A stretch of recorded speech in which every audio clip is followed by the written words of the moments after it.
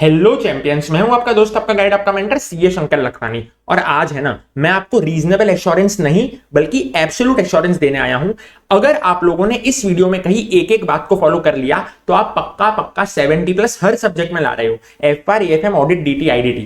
क्योंकि ये जो मैं वीडियो है ना, आफ्टर इंटरेक्टिंग विद 300+ स्टूडेंट्स, मेरे को व्हाट्सएप टेलीग्राम पे इतने क्वेरीज आते हैं ना, सर हमारा प्रिपरेशन अभी तक नहीं हो रखा, कैसे करें। हमारा तो प्रिपरेशन फेज में, हमारे दोस्तों ने रिवीजन चालू कर दिया है, ठीक है, हम लोगों ने तो अभी सब्जेक्ट को टच भी नहीं किया है, हम कैसे करें भाई। इतनी डीप में मैं आपको बात करने वाला हूं, इतनी ज्यादा एनालिसिस के साथ मैंने वीडियो बनाया ना सर, कि आपको एकदम ही नेक्स्ट लेवल मजा आ जाएगा। आपको जो आंखें खुलेगी ना सर, कॉन्फिडेंस आपका नेक्स्ट लेवल चला जाएगा, डर आपका पूरा खत्म हो जाएगा। सारे सब्जेक्ट की मैं आपको बिगेस्ट मिस्टेक बताऊंगा। ये मिस्टेक्स को अगर आपने सुधार लिया, आप पक्का पक्का करेक्ट कर रहे हो May 25। क्या लर्निंग्स मेरे को लेनी चाहिए November 24 एग्जाम से, वो लर्निंग्स के साथ जब आप May 25 में बैठोगे ना, एकदम ही तहलका मचा दोगे। मोस्ट प्रैक्टिकल स्ट्रेटेजी पॉइंटर्स, देखो प्रैक्टिकल रह करके बात करो। आज 60 डेज ही बाकी अपने एग्जाम्स में, तो कैसे अपन 60 डेज में क्रैक कर पाते हैं सीए फाइनल। बेस्ट सीक्वेंस बता दो जिससे मिनिमम टाइम में तुम्हारे मैक्सिमम मार्क्स आ जाए। सर 0 से स्टार्ट करना हो तो क्या कर लें, बस उतना बता दो, उतना करके हम पास होना चाहते हैं, ये मैं बता दूंगा। बेस्ट रिवीजन वीडियोस कौन सी रहेगी यूट्यूब पे आपके लिए, वो भी बता दूंगा। और प्रो टिप्स जिसको सुन के आपके पक्का पक्का 10-20 नंबर तो बढ़ ही जाने वाले हैं। सर ये है game changer all in one solution video. लेकिन भाई साहब, मैंने बोला खतरनाक एनालिसिस किया है, इसके लिए एक लाइक जरूर कर देना, इससे मैं मोटिवेटेड होता हूं आप लोगों के लिए काम करने को। और सर ज्यादा से ज्यादा दोस्तों के साथ ये वीडियो को शेयर करना, फायदा होगा आपको। क्लियर है क्या? हाँ सर, उनका फायदा होगा, ठीक है, कर भला तो हो भला। और कमिटमेंट जरूर करना, yes I will definitely become a chartered accountant in May 25, yes I will definitely clear my CA exams in May 2025। Sir एक बात डीप में करेंगे, सारे सब्जेक्ट के बारे में करेंगे, एकदम इन डेप्थ एनालिसिस वाला ये वीडियो रहने वाला है, जहां पे मैं आपको ये भी बताऊंगा कि आंसर को प्रेजेंट कैसे करना है। प्रिपरेशन तो बताऊंगा ही, आज प्रिपरेशन कैसे करनी है, आंसर के प्रेजेंटेशन के बारे में भी बताऊंगा, और एकदम खतरनाक वाला आपको मजा आने वाला है। चलो सर, सबसे पहले मैं बात करता हूँ एफआर की, एएफएम की, फिर ऑडिट पे जाएंगे, फिर डीटी, आईडीटी। 3 बिगेस्ट मिस्टेक्स है, सुन लो भाई साहब, भाई साहब, भाई साहब, लाइक कर देना एक तो। भाई साहब, ये गलती अगर तुमने सुधार ली ना, पक्का पक्का आप पास हो जाओगे। आज है ना, स्टूडेंट्स में एक no markings of tough questions adjustment.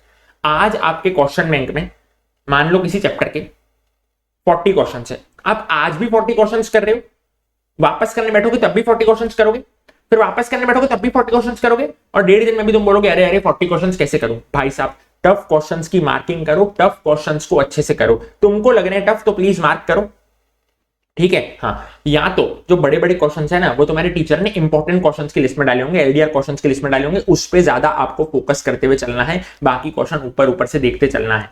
यानी आप आज जो मार्किंग नहीं कर रहे हो ना टफ क्वेश्चन की, टफ एडजस्टमेंट्स की, ये आप दिक्कत कर रहे हो। नहीं तो भाई क्या होगा ना, आज आपका 100% सिलेबस हो भी जाए, आखिरी जब 4 दिन में आप एफआर करने बैठोगे, आपका 100% सिलेबस होने से रहा, क्योंकि आपने कुछ मार्किंग नहीं कर रखी। प्लीज मार्किंग करना कि ये क्वेश्चन मेरे को टफ लग रहा है, इसको मेरे को अच्छे से देखना है। बाकी क्वेश्चन में 1-2 बार रीड मार लूंगा, उसको स्क्रिबल कर लूंगा, या मैं कैलकुलेटर पे सॉल्व कर लूंगा तो चल जाएगा। लेकिन ये वाले तो टफ क्वेश्चन है, मेरे से बनने ही नहीं वाले। समझ गए? एकदम बड़े बड़े क्वेश्चन की बात कर रहा हूं जो नॉर्मली एलडीआर की लिस्ट में होते हैं। सर आप लोग प्रिपरेशन तो बहुत अच्छी करते हो, बहुत मेहनत करते हो उस पर, लेकिन आंसर के प्रेजेंटेशन पे जरा भी आपका फोकस नहीं है, specially in subjects like AFM.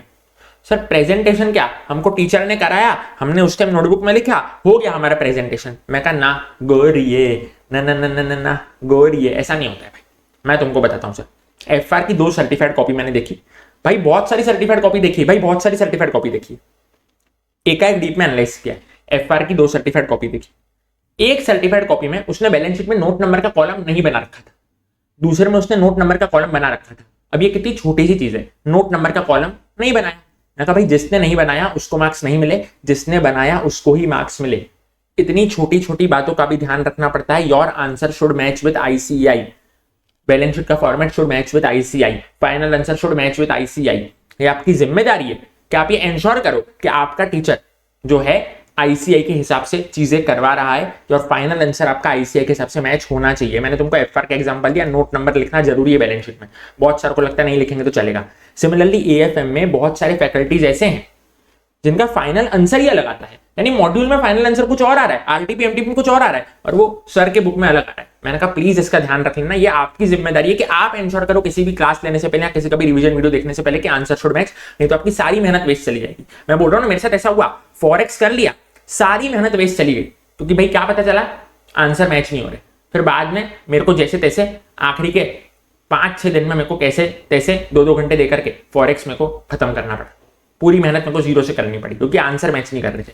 दूसरा, मेथड मैच करनी चाहिए। एएफएम में बहुत सारे बच्चे बोलते देखो सर मेरे को आई ना कॉपीज, देखो ये हमारी फैकल्टी की क्वेश्चन बैंक, ये हमारे नोट्स जो हमको फैकल्टी ने पढ़ाए थे, नोट्स मतलब कि जो क्वेश्चन सॉल्व कर रहे थे क्लास में, और ये हमारी सर्टिफाइड कॉपी, आंसर मैच खा रहा है, मेथड मैच खा रहा है। मैं कहा रुक बेटा, ये रहे सजेस्टेड आंसर, ये रही आईसीआई मॉड्यूल, मेथड मैच खा रहा है क्या ना, तो आंसर भले आपका फाइनल आंसर सही हो, भले आपका फाइनल आंसर सही हो, मेथड मैच नहीं खाया आपको मार्क्स नहीं मिलने वाले। ये हार्श रियलिटी, ऐसा होना नहीं चाहिए, पर भाई जो है वो है, उसको एक्सेप्ट करो। 60 डेज पहले तुम कुछ बदल नहीं सकते। सिंपल है क्या? सिंपल है। ये तुम्हारी जिम्मेदारी है किसी भी टीचर को चुनने से पहले ये चीजों को देखना कि उसका मेथड ऑफ सोल्यूशन, उसका फाइनल आंसर आईसीआई से मैच करे, स्पेशली एएफएम जैसे सब्जेक्ट में। Students go very selective sir. आज से ही बोल रहे हैं कि हम फॉरेक्स को स्किप करके चल रहे हैं, आज से ही बोल रहे हैं सर कंसोलिडेशन बिजनेस कॉम्बिनेशन में से एक करेंगे। भाई जब से एमसीक्यू आया है ना, ये लोग कुछ भी पूछ सकते हैं, कुछ भी पूछ सकते हैं। क्यों? पहले अगर उनको कंसोलिडेशन जैसा चैप्टर पूछना था तो उनको बड़े बड़े क्वेश्चन बनाने पड़ते थे। अब वो लोग 2-2 मार्क के एमसीक्यू बना करके कुछ भी तुमको पूछ देंगे। यानी अब है ना, वो लोग ज्यादा कवरेज कर सकते हैं, ज्यादा चैप्टर्स कवर कर सकते हैं वो लोग 100 मार्क्स के पेपर में। तो मेहरबानी करके स्किप करके कुछ भी नहीं चलना है, 100% कवरेज करके चलना है, चाहे जो भी हो जाए, चाहे जो भी हो जाए, चाहे जो भी हो जाए। हाँ, मैं तुमको 70-100 स्ट्रेटेजी जो देता हूं, जो एबीसी एनालिसिस होता है, ठीक है, तो उसके हिसाब से तुम चीजें करो। लेकिन किंतु परंतु बंधु, चीजें तो तुमको 100% करके चलनी है, ये तो तुम मान के चलना आज की तारीख से 100% करनी भी है और एग्जाम में 100% लिखना भी है। उसके बिना तो भाई सीए फाइनल नहीं होने वाला। और जब मैं बोल रहा हूं 100%, तो मेरा इंटेंशन ये नहीं है कि तुम 100% करो। मेरे को पता है कि तुम लोग 100% करने ही नहीं वाले, क्योंकि थोड़ा सा इम्पॉसिबल है। तो मैं बोलूंगा 100%, तब जाके तुम 80% करोगे। तो भाई वो 80% इनफ है। तुमने 80% प्रिपरेशन भी करी ना, तो वो इनफ है सीए फाइनल्स को क्रैक करने के लिए। पर मैं आज से तुमको बोलूंगा ना 80% करो, तो तुम फिर 60% करोगे। तो भाई 80% ही करनी है एक्चुअली में, 100% करनी नहीं है। पर प्लीज 100% का आज से टारगेट बना करके चलना, क्योंकि 100% थोड़ी मुश्किल है। मैंने खुद ने 100% नहीं करी थी, फ्रैंकली बता देता हूं। पर प्लीज 80% अगर आपको करना है ना, 80% सिलेबस को बार बार करोगे, आप पास हो जाओगे। पर भाई उसके लिए 100 का टारगेट तो बना करके चलना पड़ेगा। क्लैरिटी है? क्लैरिटी। एक और दिक्कत जो बच्चे करते हैं, getting into technicality of AFM formulas. Sir इसमें फॉर्मूला ऐसा नहीं ऐसा आना चाहिए था, सर इसमें फॉर्मूला ऐसा नहीं ऐसा आना चाहिए था, इसका आंसर ऐसा नहीं ऐसा होना चाहिए था। लॉजिकली आईसीआई ने गलत कर रखा है भाई, तेरे को वो गलत करने के ही मार्क्स मिलेंगे। आईसीआई ने बोला वो फाइनल तो फाइनल, भाई समझ रहे हो भाई साहब, आईसीआई ने बोला फाइनल तो फाइनल। अब टाइम चला गया है, आखिरी के 60 डेज में तुम ये सब टेक्निकलिटी में नहीं जाने बैठ सकते कि सर ऐसा होता तो ऐसा होता, इन लोगों ने तो गलत एजम्पशन लिए हैं। जो है आईसीआई के आंसर वही आईसीआई के आंसर, तुम उसको बदल नहीं सकते हो, वही तुमको करने पड़ेंगे, चाहे तुम समझो चाहे तुम रटो। ये भाई दिक्कत है, तो भाई दिक्कत है। क्लियर है क्या? हाँ, मैं तो बोलता हूं समझो, हर एक चीज को तुमको कंसेप्चुअली समझना चाहिए, पर जहां जहां रटने की जरूरत आ रही है वहां तुमको रट के भी चलना पड़ेगा कि ठीक है आईसीआई ने एजम्पशन लिया है तो लिया है। तुम उसको अपना दिमाग नहीं लगा सकते, ना ही तुम कोई अपना एजम्पशन ले सकते हो। भाई अपना एजम्पशन नहीं चलता एएफएम में, तुमको अभी से बता रहा हूं। ऐसा मत सोचना कि मैंने मन से एजम्पशन ले लिया और मेरे फैकल्टी ने बोला हाँ तुम खाली एजम्पशन नीचे लिख देना तो आईसीआई मार्क्स दे देगा। नहीं देता भाई, फिर तुम लोग मेरे पास ही आते हो सर्टिफाइड कॉपी लेकर के। आईसीआई के आंसर मैच करने चाहिए, बात हो गई खत्म। 3 लर्निंग्स फ्रॉम नवंबर 24 एग्जाम। क्या है ना sir, you must be conceptually clear. अभी इन लोगों ने क्या किया, अपने जो क्वेश्चंस होते हैं एफआर में, उसमें नॉर्मल अकाउंटिंग ट्रीटमेंट नहीं पूछा। इन लोगों ने बहुत सारे क्वेश्चन में जर्नल एंट्री मांगी। और मैंने तुमको एक बात बताई थी, एग्जाम के एक दिन पहले मैंने वीडियो डाला था, एफआर के एग्जाम के एक दिन पहले, जर्नल एंट्री के क्वेश्चन अगर आए तो खाली 1 लाइन नरेशन लिख करके आना, नहीं तो तुम्हारा टाइम वेस्ट हो जाएगा। तो भी बहुत सारे बच्चों ने क्या करा ना, 3-3 लाइन के नरेशन लिख करके आने सर्टिफाइड कॉपी में। मेहरबानी करो भाई, ऐसा मत करो। मैंने तुमको साफ साफ बोला था जर्नल एंट्री के क्वेश्चन आएंगे तो 1 लाइन नरेशन लिखना, उसके मार्क्स नहीं होते, पर नरेशन दिखाना होता है। ठीक है, नरेशन दिखाना पड़ेगा तुमको। तो बीइंग करके खाली 3-4 वर्ड इतना ही लिख के आना है। 3-4 वर्ड भी नहीं, खाली 2-3 वर्ड लिख दोगे तो भी चलेगा। तो एक तो बात ये हो गई कि भाई नरेशन तुमको 1 लाइन का लिख करके आना है एग्जाम में, ठीक है, और कंसेप्चुअली क्लियर होना पड़ेगा। अब पहले जमाना जैसा नहीं रहा। अगर तुम देखोगे 2-3 साल पहले के पेपर, तो उसमें कैसा आता था ना सर, एफआर में डायरेक्ट क्वेश्चन भी आते थे, लेकिन अब वो लोग जर्नल एंट्री के भी क्वेश्चंस पूछने लग गए। तो कंसेप्चुअली क्लैरिटी तो तुमको आनी ही आनी चाहिए। एएफएम में भी सिमिलरली तुमने देखा, रिवर्स कैलकुलेशन के क्वेश्चंस उन लोगों ने भर भर के पूछे सर, अराउंड 30 मार्क्स के पूछे थे जहां तक मेरा एनालिसिस था। इसका मतलब कंसेप्चुअल क्लैरिटी होनी चाहिए। उन लोगों ने क्या किया, आंसर को क्वेश्चन के रूप में पूछ लिया। समझ रहे हो क्या? यानी रिवर्स कैलकुलेशन।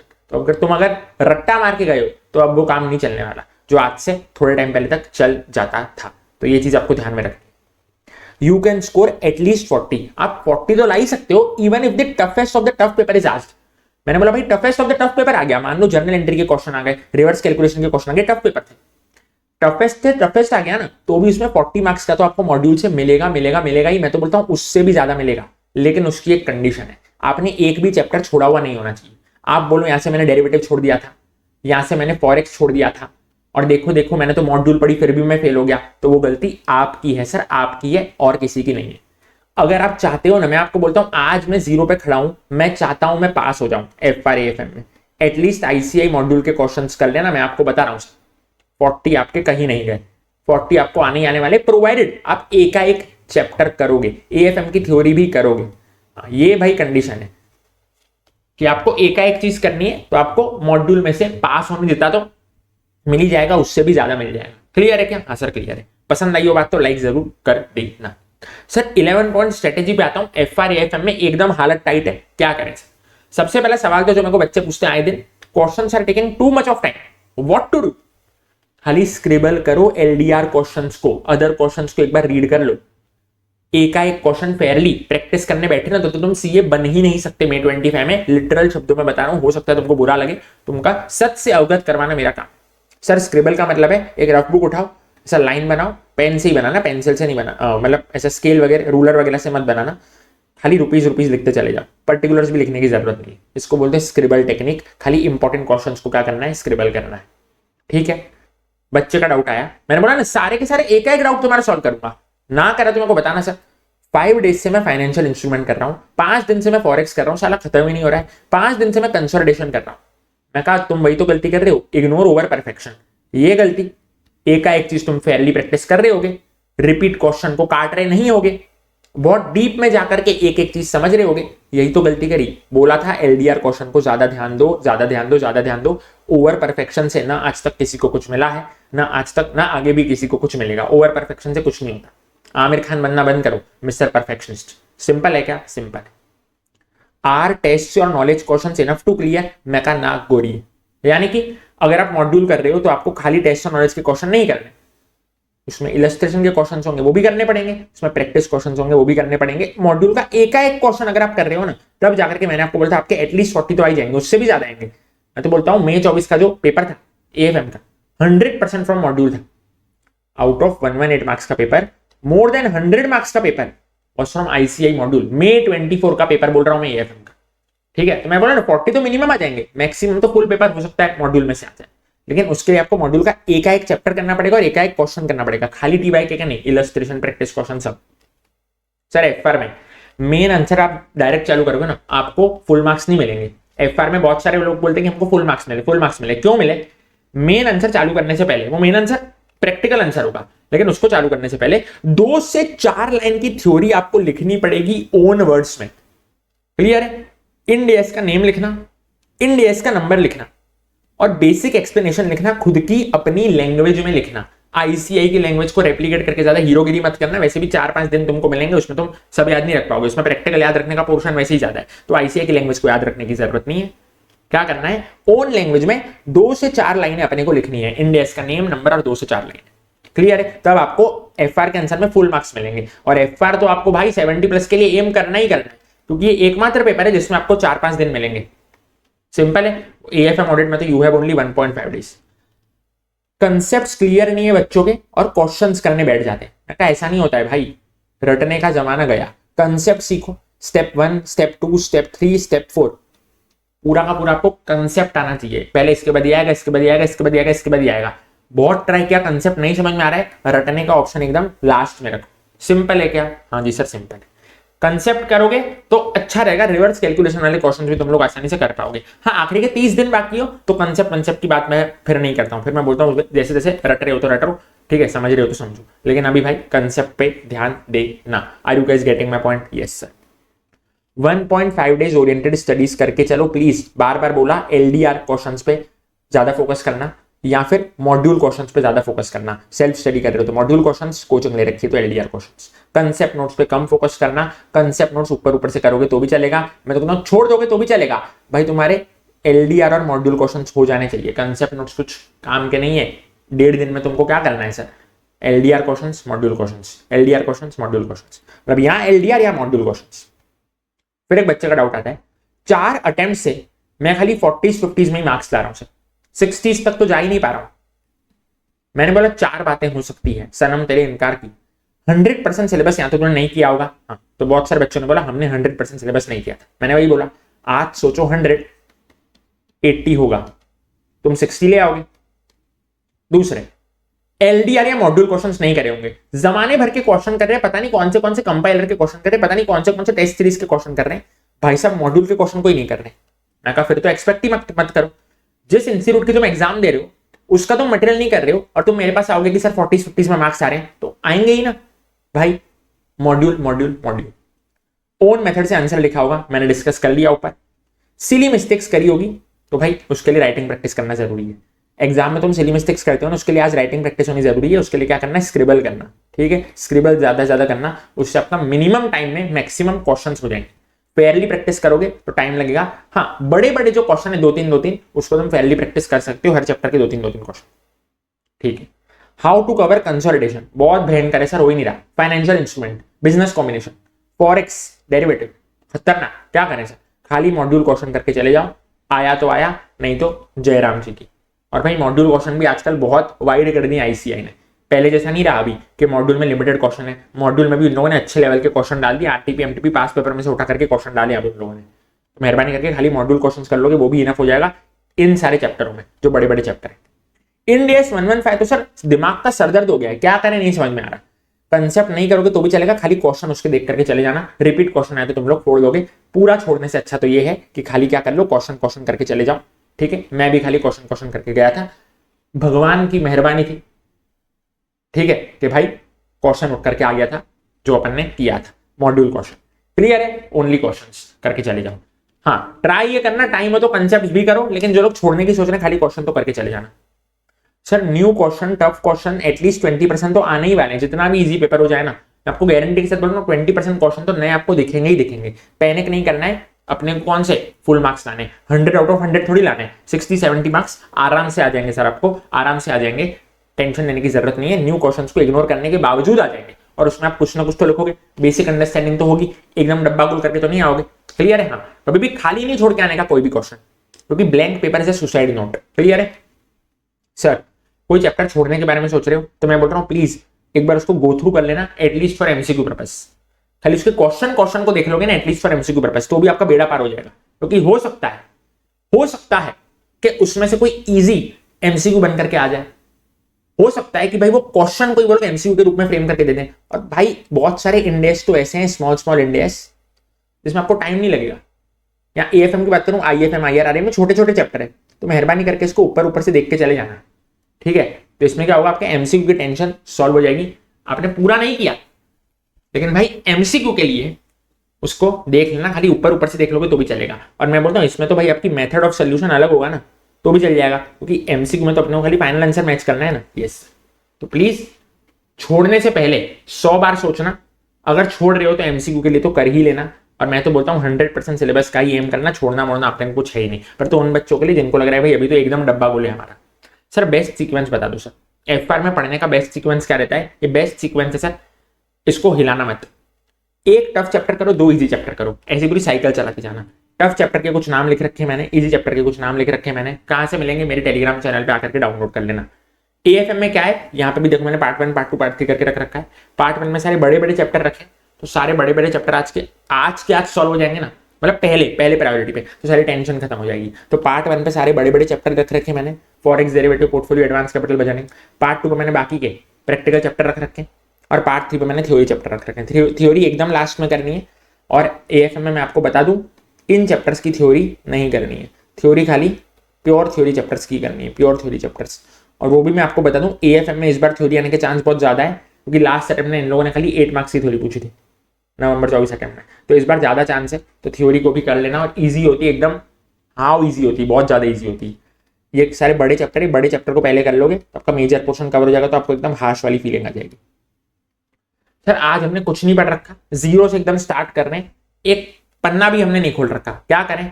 एफआर एएफएम में मॉड्यूल क्वेश्चंस कर लो, यू विल क्लियर।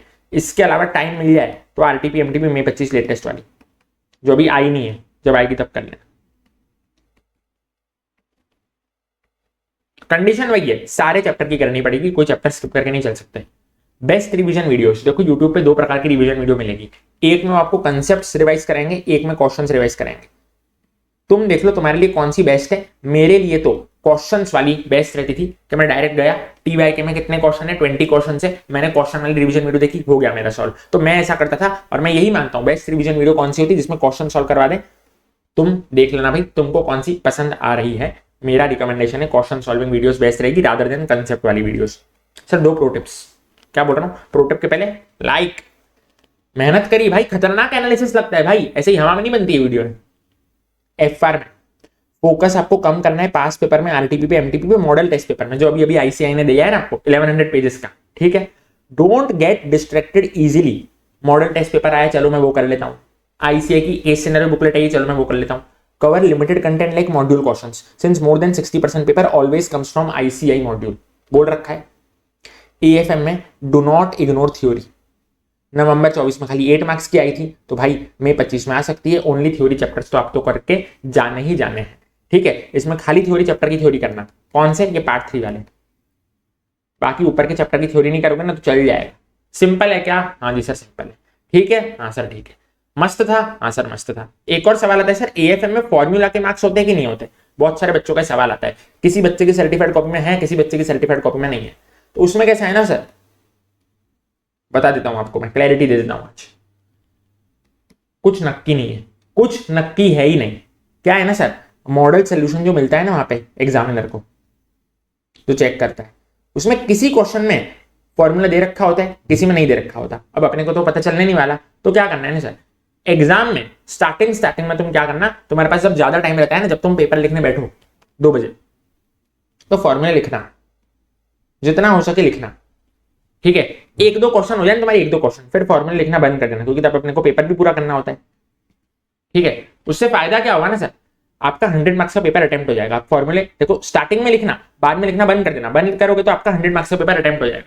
और दूसरा एक पॉजिटिव इंप्रेशन क्रिएट हो जाएगा आपका स्टार्टिंग में कि देखो इस बंदे ने फॉर्मूला लिख रखे, क्लियर है। हाँ, बाकी क्या है ना, इनको मॉडल सोल्यूशन में कुछ क्वेश्चन में फॉर्मूला के मार्क्स होते हैं, कुछ में नहीं होते, तो इस पर हमेशा से एक डिबेट रहती है। ये बेस्ट अप्रोच रहता है मेरे हिसाब से।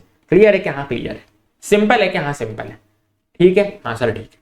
बस ये थी एफआर एएफएम के बारे में। भाई साहब लाइक नहीं किया, लाइक करो और कमेंट करके जाओ, yes I will definitely crack my CA exams in May 25, yes I will definitely score 70+ in CA final FR AFM. Sir audit, sir audit वाले लाइक कर देना। 3 बिगेस्ट मिस्टेक जो कि ऑडिट में करी जाती है, फोकसिंग ओनली ऑन कीवर्ड्स। भाई साहब कीवर्ड्स जरूरी है, 100% जरूरी है, मेरे मटेरियल में भी मैंने हाईलाइट करके दे रखे हैं, लेकिन खाली कीवर्ड्स कभी भी आपको मार्क्स नहीं दे सकते। Sentences get you marks, keywords won't get you marks. Keyword का क्या करूं मैं, भजिया तरूं, उसको सेंटेंस में डालना आना चाहिए, तो सेंटेंस करना बहुत ज्यादा जरूरी है, पूरा सेंटेंस करना बहुत ज्यादा जरूरी है। जो मैंने मेरे 190 पेजेस के मैजिक चार्ट्स दे रखे हैं ना, मेरे टेलीग्राम चैनल पे फ्री ऑफ कॉस्ट दे रखे हैं, सेंटेंस लिख रखे हैं पूरे, उसमें कीवर्ड्स मैंने हाईलाइट कर रखे हैं। उस सेंटेंस को पढ़ के चल जाओ, 190 पेजेस के बाहर आपको कुछ पढ़ने की जरूरत नहीं है, फ्रीली अवेलेबल करना है टेलीग्राम चैनल, समझ रहे हो। हाँ, keywords get you an edge over others, edge आपको मिल जाती है कीवर्ड्स याद करके, पर मार्क्स तो आपको सेंटेंस के ही मिलते हैं। पूरा सेंटेंस याद करना पड़ेगा। एग्जाम्पल के तौर पर मैं आपको बताता हूँ, ड्यू डिलिजेंस का टाइप होता है, classification of due diligence, personal due diligence, tax due diligence, clear है। अब मैंने बोला फाइनेंशियल ड्यू डिलिजेंस, अब मैंने बोला भाई खाली उसमें कीवर्ड क्या है सर, अगर तुम देखोगे उसमें कीवर्ड क्या है, तुम बोलोगे हेडिंग में याद कर लूंगा चलेगा, financial due diligence, tax due diligence, personal due diligence, ना जी ना। मेरा एक बार मैजिक चार्ट उठा करके देख लेना, 190 पेजेस का फ्री ऑफ कॉस्ट, अंदर की चीजें भी लिखनी पड़ेगी। यहाँ अंदर कीवर्ड्स मैंने मार्क कर रखे, पर सेंटेंस तो आपको लिखने ही पड़े, उसके बिना मार्क्स नहीं मिलने वाले अनफॉर्चुनेटली। क्लियर है, ठीक है सर। नवंबर 24 में खतरनाक कॉपीज का एनालिसिस मैंने किया, और क्या मैं देखता हूं ना सर, सम कॉपीज में, थोड़ी बहुत कॉपीज में 6 to 12 मार्क्स की डिस्क्रिपेंसीज है, यानी आंसर एकदम बढ़िया है तो भी स्टूडेंट को मार्क्स नहीं मिले, हार्श रियलिटी है ये।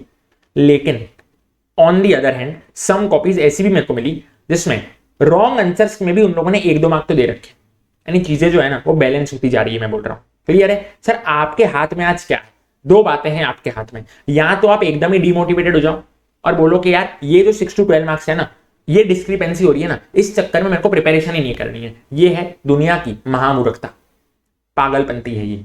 या तो फिर सेकंड ऑप्शन क्या है, मोटिवेटेड रहो, बोलो पेपर तो 118 मार्क्स का है, तुमको तो खाली 70+ का इंश्योर करना है, एम करना है, एग्जामिनेशन के लिए खाली 60 चाहिए, पास होने के लिए 40 चाहिए।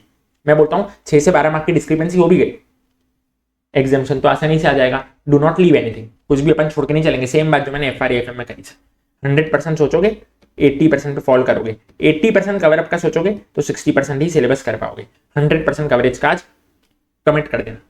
क्लियर है? क्लियर है। और तीसरी, रिमेंबरिंग ओनली हेडिंग्स, यही है बिगेस्ट मिस्टेक। तो मैंने आपको ड्यू डिलिजेंस का एग्जांपल दिया ना, खाली हेडिंग से मार्क्स मिलते हैं ना, तो क्या बात थी फिर। तो भाई ऑडिट के कारण कोई फेल होता ही नहीं। आज सबसे ज्यादा बच्चे क्यों फेल हो रहे हैं ऑडिट में? क्या बताऊं मैं, सबसे ज्यादा बच्चे ऑडिट में फेल हो रहे हैं। क्यों फेल हो रहे हैं? उनको लग रहा है हम खाली हेडिंग लिख देंगे मार्क्स मिल जाएंगे, अंदर का अपने वर्ड्स में लिख देंगे मार्क्स मिल जाएंगे। ऐसा नहीं होता है। एक और इसमें मैं पॉइंट ऐड करना चाहूंगा, तुम लोग FRAFM को भर भर के इज्जत दे रहे हो, मैं देख रहा हूं सर। FRAFM में तुमको कोई टेंशन ही नहीं है, बोल रहे हो हम तो 200 घंटे की क्लास के लिए भी तैयार है। और ऑडिट के लिए ना तुम लोग ऑडिट को एकदम चिंदी मान रहे हो, बोलो ऑडिट के लिए तो हम रिवीजन वीडियोस भी नहीं देखेंगे, ये मटेरियल है बस हम रट्टा मार लेंगे। ऐसा नहीं होता है भाई साहब। तुम जिस सब्जेक्ट को जितनी इज्जत दोगे वो सब्जेक्ट तुमको उतनी इज्जत देगा। तो मेहरबानी करके FRAFM जितनी इज्जत जिस दिन तुमने ऑडिट को दी ना, ऑडिट तुमको एकदम ऊपर ले जाएगा, बात मानना मेरी। 3 लर्निंग्स फ्रॉम नवंबर 24 एग्जाम। मैं आपको बोल बोल के थक गया कि एग्जाम में नए क्वेश्चंस आते हैं हमेशा। हमेशा क्या आते हैं सर? नए क्वेश्चंस आते हैं, नए क्वेश्चंस आते हैं। फोकस हमेशा आपको मैजिक चार्ट्स पे रख करके चलना पड़ता है, ठीक है। हर बार न्यू कॉन्सेप्ट्स वो लोग टेस्ट करते हैं। मान लो SQC1 में अगर एग्जाम्पल के तौर पे 15 कंसेप्ट है, ठीक है, तो वो लोग हर बार नए नए कंसेप्ट वो लोग क्या करेंगे सर, तुमसे टेस्ट करेंगे। समझ रहे हो? तो मैजिक चार्ट्स अगर तुमने पढ़े होंगे ना मेरे, तुमको कोई भी टेंशन नहीं आने वाली, ठीक है। तो क्वेश्चन बैंक से ज्यादा जरूरी हमेशा क्या होते हैं ना सर, कंसेप्ट नोट्स होते हैं। एज फार एज क्या is concern, audit is concern, ठीक है। तो न्यू कंसेप्ट टेस्ट होंगे जो कि तुमको मैजिक चार्ट्स करने से ही आएंगे। क्वेश्चन बैंक में तो क्या होगा ना, खाली प्रीवियस ईयर क्वेश्चंस होंगे। और मैंने तुमको बोला ना सर, क्वेश्चन बैंक करने का कोई मतलब ही नहीं है। मैं तुमको लाख बार बोल चुका हूं। क्या करना है तुमको, मार्च में मेरे आने वाले 100 पेजेस के क्वेश्चन चार्ट्स, जिसमें तुम मानोगे नहीं, एक एक स्टैंडर्ड के क्वेश्चंस को मैंने एक डेढ़ पेज में खत्म कर दिया। यानी 100 पेजेस में तो आपके सारे क्वेश्चंस हो जाएंगे 1.5 दिन में। आपको कुछ नहीं करना, मैजिक चार्ट किया, क्वेश्चन चार्ट किया, खत्म। मैजिक चार्ट में कोई स्टैंडर्ड 2 पेज का है, क्वेश्चन चार्ट में उसके क्वेश्चन 2 पेज के हैं, खत्म सर, खत्म। मैं तुमको बोल रहा हूं इतना इजी करने वाला हूं मैं, क्योंकि अब 1.5 दिन में तुम्हारा कवर अप कराना मेरी जिम्मेदारी, क्योंकि क्वेश्चन बैंक तुम 1.5 दिन में कवर नहीं कर पाते और उसके लिए बैठे तुम्हारा CA शंकर लखवानी। सिंपल है क्या? सिंपल है। मैजिक चार्ट्स 100 पेजेस वाले आएंगे मार्च के महीने में। न्यू MCQs बन रहे हैं अभी, आप देखो तो based on your conceptual clarity.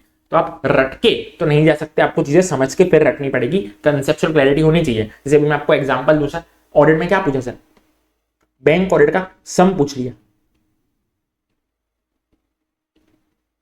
SLR वाला क्वेश्चन, भाई साहब सम पूछ लिया। Tier 1 Tier 2 कैपिटल वाला सम पूछा बैंक ऑडिट का। समझ रहे हो क्या भाई साहब? तो भाई आपके कंसेप्चुअल क्लैरिटी होनी चाहिए। ये सारी चीज अपने मैजिक चार्ट्स में कवर्ड थी, बाहर से कुछ भी नहीं आया था। पेपर लोग को टफ क्यों लगा? बस वही सिलेक्टिव स्टडी करके जाना है। मैंने बोला 100% कवरेज करते चलो। मेरे मैजिक चार्ट्स में मैंने 100% कवरेज करके दिया है तुमको। सिंपल है क्या? सिंपल है। उसके बाद रटने का जमाना गया, कंसेप्चुअल क्लैरिटी होनी पड़ेगी। Predictions won't work. Bank audit, NBFC audit में लोग क्या करते हैं, प्रिडिक्शन मारते हैं। देखो सर NBFC ऑडिट आ गया ना, अब इस बार बैंक ऑडिट है। हमें कहा भाई एक बात बताऊं, मई 24 में भी NBFC ऑडिट आया था, नवंबर 24 में भी NBFC ऑडिट आया था।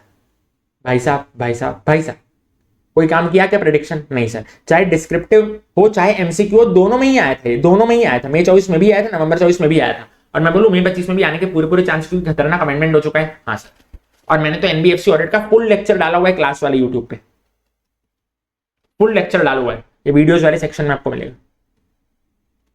समझ रहे हो? तो प्लीज उसका भरपूर फायदा उठाना, ठीक है क्या? मैंने बोल दिया हाँ सर हाँ सर हाँ सर। प्रेडिक्शन यहाँ पे काम नहीं करेंगे। लास्ट टाइम डिजिटल ऑडिट आया था, इस बार डिजिटल ऑडिट नहीं आएगा। हाँ XYZ कैटेगरी काम करती है। मैं क्लास में XYZ कैटेगरी देता हूँ। X चीजें डिस्क्रिप्टिव के लिए जरूरी है, Y चीजें मीडियोकर इंपॉर्टेंट है, और Z चीजें खाली एक बार रीड मान लेना। वो वाला एनालिसिस काम आता है कि हाँ सर ये वाली चीज डिस्क्रिप्टिव में अभी अभी आई है नवंबर 24 में, तो अब आएगी भी तो MCQ में आएगी। वो सारा काम आता है। लेकिन ऐसा मत सोचना इस बार PSC ऑडिट आ गया तो अब नहीं आएगा, इस बार डिजिटल ऑडिट आ गया तो अब नहीं आएगा। वो सारी चीजें नहीं चलती भाई। CA फाइनल लेवल पे तो कतई नहीं चलती। सिंपल है। हाँ एक एक क्वेश्चन वाइज चल सकती है, एक क्वेश्चन आ गया तो इसके चांस कम है। चैप्टर वाइज तो नहीं चलती कि ये चैप्टर आ गया तो वापस नहीं आएगा। आएगा, पक्का पक्का आएगा, तुम्हारी बैंड बजाएगा अगर तुमने नहीं किया। सिंपल है क्या? हाँ सर सिंपल है। आसान है क्या? आसान है। कंसेप्चुअल क्लैरिटी होना मांगता है, प्रेडिक्शंस तुम्हारे काम नहीं करते। 19 पॉइंट स्ट्रेटेजी बता दो sir to crack CA final audit. बहुत ही ज्यादा आसान है, अल्ट्रा आसान है। बड़े ध्यान से सुनना सर, आईसीआई ने बजाता है तुम्हारी बैंड। सजेस्टेड आंसर के आंसर कभी देख के देखना, मॉड्यूल के आंसर कभी देख के देखना, आरटीपी के एमटीपी के आंसर कभी देख करके देखना। तुम्हारी हालत टाइट ना हो ना, मेरे को बता देना। तुम इतना कॉन्फिडेंस में आओगे ना जब तुम मेरे मैजिक चार्ट्स पढ़ोगे, कॉन्फिडेंस जाएगा ऊपर। जब तुम लॉन्ग आंसर्स देखोगे ना सर, सजेस्टेड आंसर वगैरह के, इररेलेवेंट आंसर, उसमें बहुत ज्यादा इररेलेवेंट कंटेंट होता है, तुम्हारा कॉन्फिडेंस आएगा पूरा का पूरा नीचे। है मेरे को तो कुछ याद ही नहीं आ रहा, मेरे को तो कुछ समझ में ही नहीं आ रहा। अब दिक्कत क्या है ना सर, दिक्कत है लैक ऑफ यूनिफॉर्मिटी। आईसीआई वाले इतने दोगले हैं, किसी आंसर में वो लोग फैक्ट्स ऑफ द केस के साथ शुरुआत करते हैं, किसी आंसर में वो लोग एस्से के नेम के साथ शुरुआत करते हैं, किसी आंसर में वो लोग एस्से के नेम नंबर को लिखते ही नहीं है भाई साहब। किसी आंसर में खाली एस्से का नेम लिखते हैं, किसी आंसर में खाली एस्से का नंबर लिखते हैं, किसी आंसर में तो भाई साहब ये लोग पूरे पूरे प्रोविजन भी नहीं लिखते, किसी आंसर में प्रोविजन की लैंग्वेज को ही बदल देते हैं। यानी कोई यूनिफॉर्मिटी नहीं है भाई साहब। तुम करना क्या चाह रहे हो? तो आज मैं तुमको बताऊंगा कि आंसर को प्रेजेंट कैसे करना है। हालांकि इसकी मैं एक अलग से सेशन लेने वाला हूं, लंबा सेशन होगा 1.5-2 घंटे का, लेकिन आज मैं तुमको एक ऊपर ऊपर से ओवरव्यू आइडिया दूंगा। सर आंसर की है ना, आंसर की उन लोग को क्या करना होता है ना सर, बड़े बड़े आंसर होते हैं सर अपने सजेस्टेड आंसर में, आरटीपी में, एमटीपी में। अब दिक्कत यह है, आपको एग्जाम में लिखना होता है मैक्सिमम 1 पेज का आंसर या मैक्सिमम 1.5 पेज का आंसर, उसके ऊपर लिखना ही नहीं होता है, लिखना ही नहीं होता है सर। वॉर्न कर रहा हूं सर, मैक्सिमम 1.5 पेज। अब उसमें इतना सारा तो लिख नहीं सकते, तो सर आंसर को प्रेजेंट कैसे करना है, क्या चीजें रेलेवेंट है, क्या चीजें इररेलेवेंट है। अब बड़े ध्यान से देखना सर, मान लो तुमको कोई आता है direct question. What do mean by direct question? What is the role of auditor in ESG audit? What are the features of digital audit? What are the advantages of digital audit? ठीक है, हाँ। What are the disadvantages of digital audit? Concurrent audit reporting में तुमको किन बातों का ध्यान रखना है? ये क्या है? Direct question. इसमें तो कोई facts of the case, conclusion वगैरह आएंगे ही नहीं। 5 पॉइंट दे रखे हैं चार्ट्स में, वो 5 पॉइंट तुमको ध्यान से लिखना है। ठीक है, मैजिक चार्ट में जितना है उसके अलावा तुमको एक भी कंटेंट अलग नहीं करना। ठीक है, मैजिक चार्ट देखो, रिवीजन वीडियोस देखो, तुमको समझ आ जाएगा, उसमें मैंने बता रखा है। 5 पॉइंट तुमको लिखने हैं, बस इतना ही लिखना है। ना फैक्ट्स ऑफ द केस आएंगे, ना कोई कंक्लूजन आएगा, बस। लेकिन मान लो केस बेस्ड क्वेश्चन आए, और ये किस में आते हैं? कारों में आते हैं, प्रोफेशनल एथिक्स में आते हैं और स्टैंडर्ड्स में आते हैं। क्या करें? सबसे पहला कैसी शुरुआत करनी है? एस्से का नेम, एस्से का नंबर, डील्स विद वाली लाइन। और ये डील्स विद वाली लाइन आपको याद नहीं करनी है, आपको याद नहीं करनी है, एस्से के नाम को ही फैलाना है। SA 505 external confirmation deals with auditors responsibilities relating to external confirmation in an audit of financial statements. Essay 240 the auditor's responsibilities relating to fraud in an audit of financial statements deals with the auditor's responsibilities relating to fraud in an audit of financial statements। ऐसे के नाम को ही बड़ा करके लिख दिया। मैं बोलता हूं इसका होता है 1 मार्क। फिर तुमको लिखना है रेलेवेंट प्रोविजन, फिर तुमको लिखना है facts of the case in just 1 line, फिर तुमको देना है relation, and at the end आपको देना है कंक्लूजन। ये स्टैंडर्डाइज्ड आंसर। क्लियर है? आईसीआई ने कुछ भी रखा हो, आईसीआई दोगला है, किसी आंसर में ऐसे का नेम नंबर दे रहा है, किसी में नहीं दे रहा है, किसी में फैक्ट से शुरुआत कर रहा है। भाई तुमको ये यूनिफॉर्मिटी मेंटेन रख के चलने की है। और तुमको दूसरा सवाल ये आएगा कि सर प्रोविजन में क्या लिखें? आईसीआई तो भर भर के चीजें लिखता है, अब हमको तो खाली 1-1.5 पेज ही भरना है एग्जाम में, तो हम क्या लिखें? इसके लिए तो आ रहे हैं तुम्हारे भाई के मैजिक चार्ट्स, जो कि मचाएंगे तहलका। तो उसकी एसेस तुमको टेंशन लेने की जरूरत नहीं है। जितना मैजिक चार्ट्स में लिखा होगा उतना ही तुमको प्रोविजन में लिखना है, बाकी चीजें गई भाड़ में। सिंपल है क्या? हाँ जी सर सिंपल है। आसान है क्या? हाँ जी सर आसान है। ये अप्रोच को फॉलो करना। क्योंकि बहुत सारे बच्चे क्यों डर रहे हैं ना, आज भी मेरे को बहुत सारे बच्चे क्यों डर रहे हैं कि भाई सर क्वेश्चंस में क्या आ गई सर, दिक्कत आ गई, क्वेश्चंस कैसे होंगे? मैं कहा भाई साहब क्वेश्चंस हो जाएंगे, क्वेश्चन चार्ट्स में क्या मचाने वाले अपन? तहलका मचाने वाले। तो आज मैं फास्ट ट्रैक बैच में मेरे क्वेश्चंस कराता हूं, पर मैं उनको साफ साफ बोलते हैं क्वेश्चन को खाली 2 टाइम्स रीड मार के चलो, क्योंकि उसमें मैं उनको फुल आंसर रेफर कर रहा हूं आईसीआई के। मैं कहा लास्ट के 1.5 दिन में तुमको नहीं करना है, पर आज तुमको पता होना चाहिए कि आईसीआई क्या क्या बातें लिख रहा है, एक ओवरव्यू होना चाहिए। क्लियर है? और क्वेश्चन चार्ट बैच में मैं क्या कराऊंगा सर, जब क्वेश्चन चार्ट बैच लूंगा मैं मार्च में लाइव 7-10 दिन में सारे क्वेश्चन करा दूंगा 100 पेजेस में। मैं तुमको बताऊंगा स्पेसिफिकली, अब तुम बस ये चीजें लिख करके चलो। आज तुम खाली 2 बार रीड मार के चलो। तो आज तुमको किस पे फोकस करना है? आज तुमको मेरे मैजिक चार्ट्स पे फोकस करना है, क्वेश्चन बैंक पे फोकस नहीं करना है। क्वेश्चन बैंक तो रिफर ही नहीं करनी, रीजन भी 1.5 दिन में होने नहीं वाली। ठीक है, तो मैं उनको खाली आज जो फुल आंसर कराता हूं खाली 2-2 बार रीड मारने के पर्पज से कराता हूं। क्लियर है क्या? हाँ सर क्लियर है।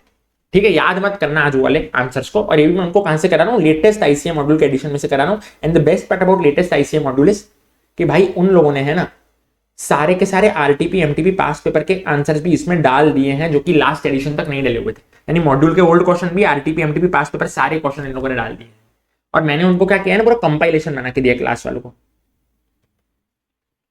मॉड्यूल में तो कैसे हैं कि पहले सारे क्वेश्चन है फिर बाद में आंसर, मैंने उनको क्वेश्चन आंसर ऐसा कंपाइलेशन बना करके दिया है, तो उसकी भी भाई टेंशन नहीं है। हालांकि 1.5 दिन में तुमको कंपाइलेशन ना देख करके क्वेश्चन चार्ट जिंदाबाद मजा कराना मेरी जिम्मेदारी। सिंपल है क्या? सिंपल है। इसी बात पे वीडियो को लाइक कर देना। अगेन खाली कीवर्ड्स लिखने से कोई मार्क्स नहीं मिलने वाले, शॉर्ट लाइंस आपको लिखनी कीवर्ड्स के साथ। मेरे मैजिक चार्ट्स पढ़ोगे, रिवीजन वीडियो देखोगे, खुद ब खुद समझ जाओगे, ज्यादा डीप में नहीं समझा रहा हूं। Full lines of ICI module याद करना इज इम्पॉसिबल है सर, इम्पॉसिबल है। मैंने शॉर्ट लाइंस रख रखी है मेरे मैजिक चार्ट्स में विद कीवर्ड्स रिटेन। मार्क्स वो कीवर्ड के होते हैं, ठीक है? हाँ, तो मेहरबानी करके क्या करना सर, मार्क्स कीवर्ड के होता है लेकिन उसको जमाना पड़ता है फुल लाइन में, तो फुल लाइन मैंने शॉर्ट वाली दे रखी है, वही करनी है, वही करनी है, वही करनी है, बात होगी खत्म सर।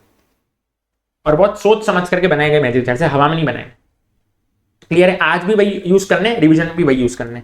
190 पेजेस मैजिक चार्ट्स हैं, टेलीग्राम चैनल पे मेरे मिलेंगे, उससे आप 90% क्वेश्चंस तो ऐसे ही सॉल्व कर लोगे। बाकी जो 10% बचेंगे सर, 10% बचेंगे वो तो फिर आप वो आ ही जाएंगे। और क्वेश्चन चार्ट में तो अपन सारे क्वेश्चन कवर करने वाले, तो उसकी आप टेंशन ऐसे लेना मत। 90% क्वेश्चन तो आपको मैजिक चार्ट देखने के बाद ही आ जाएंगे। हाँ, कोई कोई क्वेश्चन ऐसे जो एकदम स्पेशल होते हैं, जो कि क्या डायरेक्ट आईसीआई आरटीपी एमटीपी में पूछता है, ठीक है? वो आपकी प्रॉब्लम क्वेश्चन चार्ट से सॉल्व हो जाएगी। सिंपल है, सिंपल है। और क्वेश्चन चार्ट में सारे क्वेश्चन का कवरेज रहेगा, तो उसकी टेंशन मत लो। 100 पेजेस के क्वेश्चन चार्ट्स आएंगे, ठीक है? All questions in just 100 pages. खाली इसमें मैं डायरेक्ट क्वेश्चंस एलिमिनेट कर दूंगा, features of digital audit, advantages of digital audit, ऐसे। क्लियर है? हाँ, खाली मैं एकदम डायरेक्ट वाले हटा दूंगा जो कि मेरे मैजिक चार्ट्स में कवर्ड है। 1.5 डेज का बिगेस्ट प्रॉब्लम मैंने सॉल्व कर दिया। मैंने तुमको बोला magic chart question chart 2-2 page में हो जाएंगे। पॉइंट वाइज प्रेजेंटेशन देखो, ये वाला पॉइंट भी हो गया मेरा, ठीक है? केस बेस्ड क्वेश्चन में लॉ वाला प्रेजेंटेशन करना है भाई साहब, बस ये प्रेजेंटेशन को ध्यान में रख के चलो। मैं बोल रहा हूं आपके 4 में से 4, 5 में से 5 मार्क्स भी आ जाएंगे। सिंपल है क्या? सिंपल है सर। जो 4 मार्क का क्वेश्चन है तो इसमें से 4 में से 4 भी आ जाएंगे, 5 में से 5 भी आ जाएंगे। सिंपल है क्या भाई साहब? बस इस बात को ध्यान में रख के चलना। इसके अलावा भी एक मस्त आंसर प्रेजेंटेशन का अलग से इन डेप्थ वीडियो आएगा, तो मैंने बोला चैनल को सब्सक्राइब करके रखना। Facts of the case 1 line max, ठीक है? मल्टीपल रिविजन्स आपको करने हैं। Multiple revision is the key to success. YouTube revision regularly upload हो रहे हैं मेरे चैनल पे, आगे भी अपलोड होंगे, तो मेहरबानी करके उसका फायदा उठाना। Never like before revision video से देखोगे खुद समझ पाओगे। ब्रूस ली अप्रोच आपको फॉलो करना है ऑडिट। ब्रूस ली क्या बोलता है ना कि सर एक किक को मैंने 1000 टाइम्स प्रैक्टिस किया। समझ रहे हो क्या भाई साहब? भाई साहब, भाई साहब, मेरे को उस इंसान से डर नहीं लगता है जिसको 1000 किक्स आती है। मेरे को उस इंसान से डर लगता है जिसने एक किक को 1000 टाइम्स प्रैक्टिस किया। That is something called multiple revision. Multiple revision is the key to success. Audit आपके नस नस में घुलना चाहिए। कैसे घुलेगा? Multiple times YouTube revision video देखो, मल्टीपल टाइम्स खुद से क्यूमुलेटिवली रिवाइज करो। और भाई मैं आपको यही कराता हूँ, फास्ट ट्रैक बैच जो चलती है शाम की, रोज का रोज रिवाइज कराता हूँ। कल क्या पढ़ा था आज वापस से क्या करेंगे, रिवाइज करेंगे, फिर आज की पढ़ाई चालू करेंगे। तो मैंने तो मेरे लेवल पे करा दिया, पर तुमको भी खुद के लेवल पे करना पड़ेगा। सिंपल है क्या? हाँ, 1.5 डेज ओरिएंटेड स्टडीज तुमको करनी है। Trust your faculty. मैं तुमको जितना डीप में ले जाता हूँ क्लास में, बस उतना ही जाना है, उससे आगे तुमको कुछ अंदर जाने की जरूरत नहीं है। ये होती है एग्जाम ओरिएंटेड स्टडीज, ठीक है? विश्वास रखना। सिंपल है क्या? हाँ सर सिंपल है। Trust your faculty, 1.5 days oriented studies अपन करते हैं, एकदम एग्जाम ओरिएंटेड अप्रोच। जहां जितना डीप में जाना होता है मैं आपको ले जाता हूं, जहां नहीं जाना होता है मैं आपको नहीं ले जाता हूं। That is something called XYZ analysis, जो कि मैं क्लास वालों को करके देता हूं। Don't recall. हाँ, ये दिक्कत करते हैं लोग, रिकॉल करने बैठ जाते हैं। 2 दिन पहले पढ़ा था, याद नहीं आ रहा, तो इससे तुम्हारा क्या होगा? तुम डिमोटिवेट होगे। 2 बार पढ़ो आगे बढ़ो, 2 बार पढ़ो आगे बढ़ो, 2 बार पढ़ो आगे बढ़ो, इससे तुम्हारे मल्टीपल रिवीजन हो जाएंगे। ऐसा मत करो परफेक्शन के साथ मेरे को एकाएक वर्ड टू वर्ड अ की जगह द की जगह याद होना चाहिए, नहीं सर। 2 बार पढ़ा पेज को आगे बढ़े, 2 बार पढ़ा पेज को पलटा दिया, 2 बार पढ़ा पेज को पलटा दिया, 2 बार पढ़ा पेज को पलटा दिया। इसमें हमारा काम भी जल्दी हो जाएगा। फिर नेक्स्ट रिवीजन पे भी तुम क्या करोगे? एकदम फटाफट कर पाओगे। नेक्स्ट रिवीजन का भी आपके पास टाइम बचेगा। आज आप ओवर परफेक्शन करने जाओगे तो नेक्स्ट रिवीजन का टाइम ही नहीं बचेगा, ठीक है? तो सर एग्जाम में तो फिर हमको याद आने से रहा। अगर हमने आज खाली 2-2 बार देख करके पेज पलटा दिए तो एग्जाम में तुम्हारा डब्बा गोल होगा? नहीं होगा। गैप तब रिड्यूस हो जाएगा ना, तुम लोग ताजा तुमको 1.5 दिन मिलेगा ना, तभी तुम लोगों ने पढ़ा होगा। अभी तो तुमको क्यों टेंशन हो रही है ना, मैंने 1 हफ्ता पहले पढ़ा था मैं भूल गया, तो तब तुमको टेंशन नहीं होने वाली। बस ट्रस्ट करना, ओवर परफेक्शन के चक्कर में मत पढ़ना, चाहे कोई भी सब्जेक्ट। चैप्टर्स को मेहरबानी करके स्किप मत करना। तुम मानो ना मानो, ये चैप्टर्स है ना, चैप्टर्स प्लस प्रोफेशनल एथिक्स आपका 50 to 55 मार्क्स कवर करता है। तो बहुत सारे बच्चों को लगता है हम खाली स्टैंडर्ड्स कर लेंगे, हो गया हमारा काम। ये तुम्हारी सबसे बड़ी गलती है, ये तुम्हारी सबसे बड़ी गलती। चैप्टर्स को भी एकदम तमीज से मैं करवाता हूं क्लास वालों को। मेहरबानी करके चैप्टर को स्किप मत करना। मेरे इतने सारे बच्चे ऐसे थे लास्ट बैच वाले जिन लोगों ने खाली चैप्टर्स प्रोफेशनल एथिक्स और न्यू स्टैंडर्ड्स किए। न्यू स्टैंडर्ड कौन से? ऐसे 800 की सीरीज, एसआरएस एसआरई ऐसे ही। और पता नहीं तुम लोग मानोगे कि नहीं मानोगे, मेरे को तुमको मनवाना भी नहीं है भाई। भाई साहब उन लोगों के एग्जामिशन आ गए, उन लोगों के आ गए एग्जामिशन, तुम मानो ना मानो, समझ रहे हो क्या? मैंने उनको ये अप्रोच दिया था, मैंने उनको स्ट्रेटेजी दी थी कि पहले इतने पे फोकस कर लेना, तुम्हारा एग्जामिशन पक्का हो जाएगा। क्योंकि ये चीज उन लोगों ने परफेक्शन के साथ की। मैं बोलता हूँ परफेक्शन के साथ करो, ओवर परफेक्शन के साथ मत करो। इतना किया पर परफेक्शन के साथ किया एंड दे स्कोर्ड एग्जामिशन। क्योंकि भाई चैप्टर्स और प्रोफेशनल एथिक्स मिला के 50 to 50 मार्क का है, ये मिला के 15 to 20 मार्क का है। इसको इन लोगों ने इतना अच्छे से किया कि इसमें उनका एग्जामिशन बन गया। तो मेहरबानी करके चैप्टर्स को स्किप कर नहीं सकते, उसमें से इजी डायरेक्ट क्वेश्चंस आते हैं। स्टैंडर्ड्स में से आईसीए घुमाता है पर चैप्टर में से आईसीए घुमाता ही नहीं है। क्लियर है क्या? हाँ, क्लास वाले बच्चों को तो सब पता ही है। सर ऑब्जेक्टिव पैरा होता है हर स्टैंडर्ड में, एकदम ही इररेलेवेंट होता है, काट करके चलना फालतू होता है। खाली एसक्यू7 ऐसे 510 का आपको करना पड़ता है, वो मैं क्लास में याद करवाता हूँ। सर कोई आंसर ऐसा है जिसमें 10 से 11 पॉइंट है, सारे याद करें क्या? नहीं सर, खाली 4 से 5 पॉइंट याद कर लो। 4 से 5 नहीं, ये तो कुछ ज्यादा ही कम हो गया। एक काम करो 5 से 6 पॉइंट याद कर लो, बस उतने ना। फिर सिंपल है क्या? हाँ। और मैजिक चैट में मैंने उतने ही कवर करके चला हूं, जिधर जिधर 10-11 पॉइंट थे मैंने हटा दिए। एग्जाम ओरिएंटेड पढ़ के चलेंगे तभी सीए बनेंगे। सर क्वेश्चन आप पढ़ने बैठे हो ना, मेहरबानी करके पहले रिक्वायर्ड पार्ट पढ़ लेना। इतनी बड़ी केस स्टडी होती है ना, बहुत बार ऐसा होता है, क्लास वालों को तो पता ही है, कटवा देता हूं भाई, क्वेश्चन पढ़ने की जरूरत ही नहीं है, खाली रिक्वायर्ड पार्ट पढ़ा, उसमें ही आपको आंसर मिल गया, उससे ही आपको पता चल गया क्या आंसर आएगा। समझ रहे हो क्या? तो प्लीज रिक्वायर्ड पार्ट पढ़ना बहुत ज्यादा जरूरी है। पहले रिक्वायर्ड पार्ट पढ़ना, फिर ही केस स्टडी पढ़ना, जरूरत लगे तो ही केस स्टडी पढ़ना।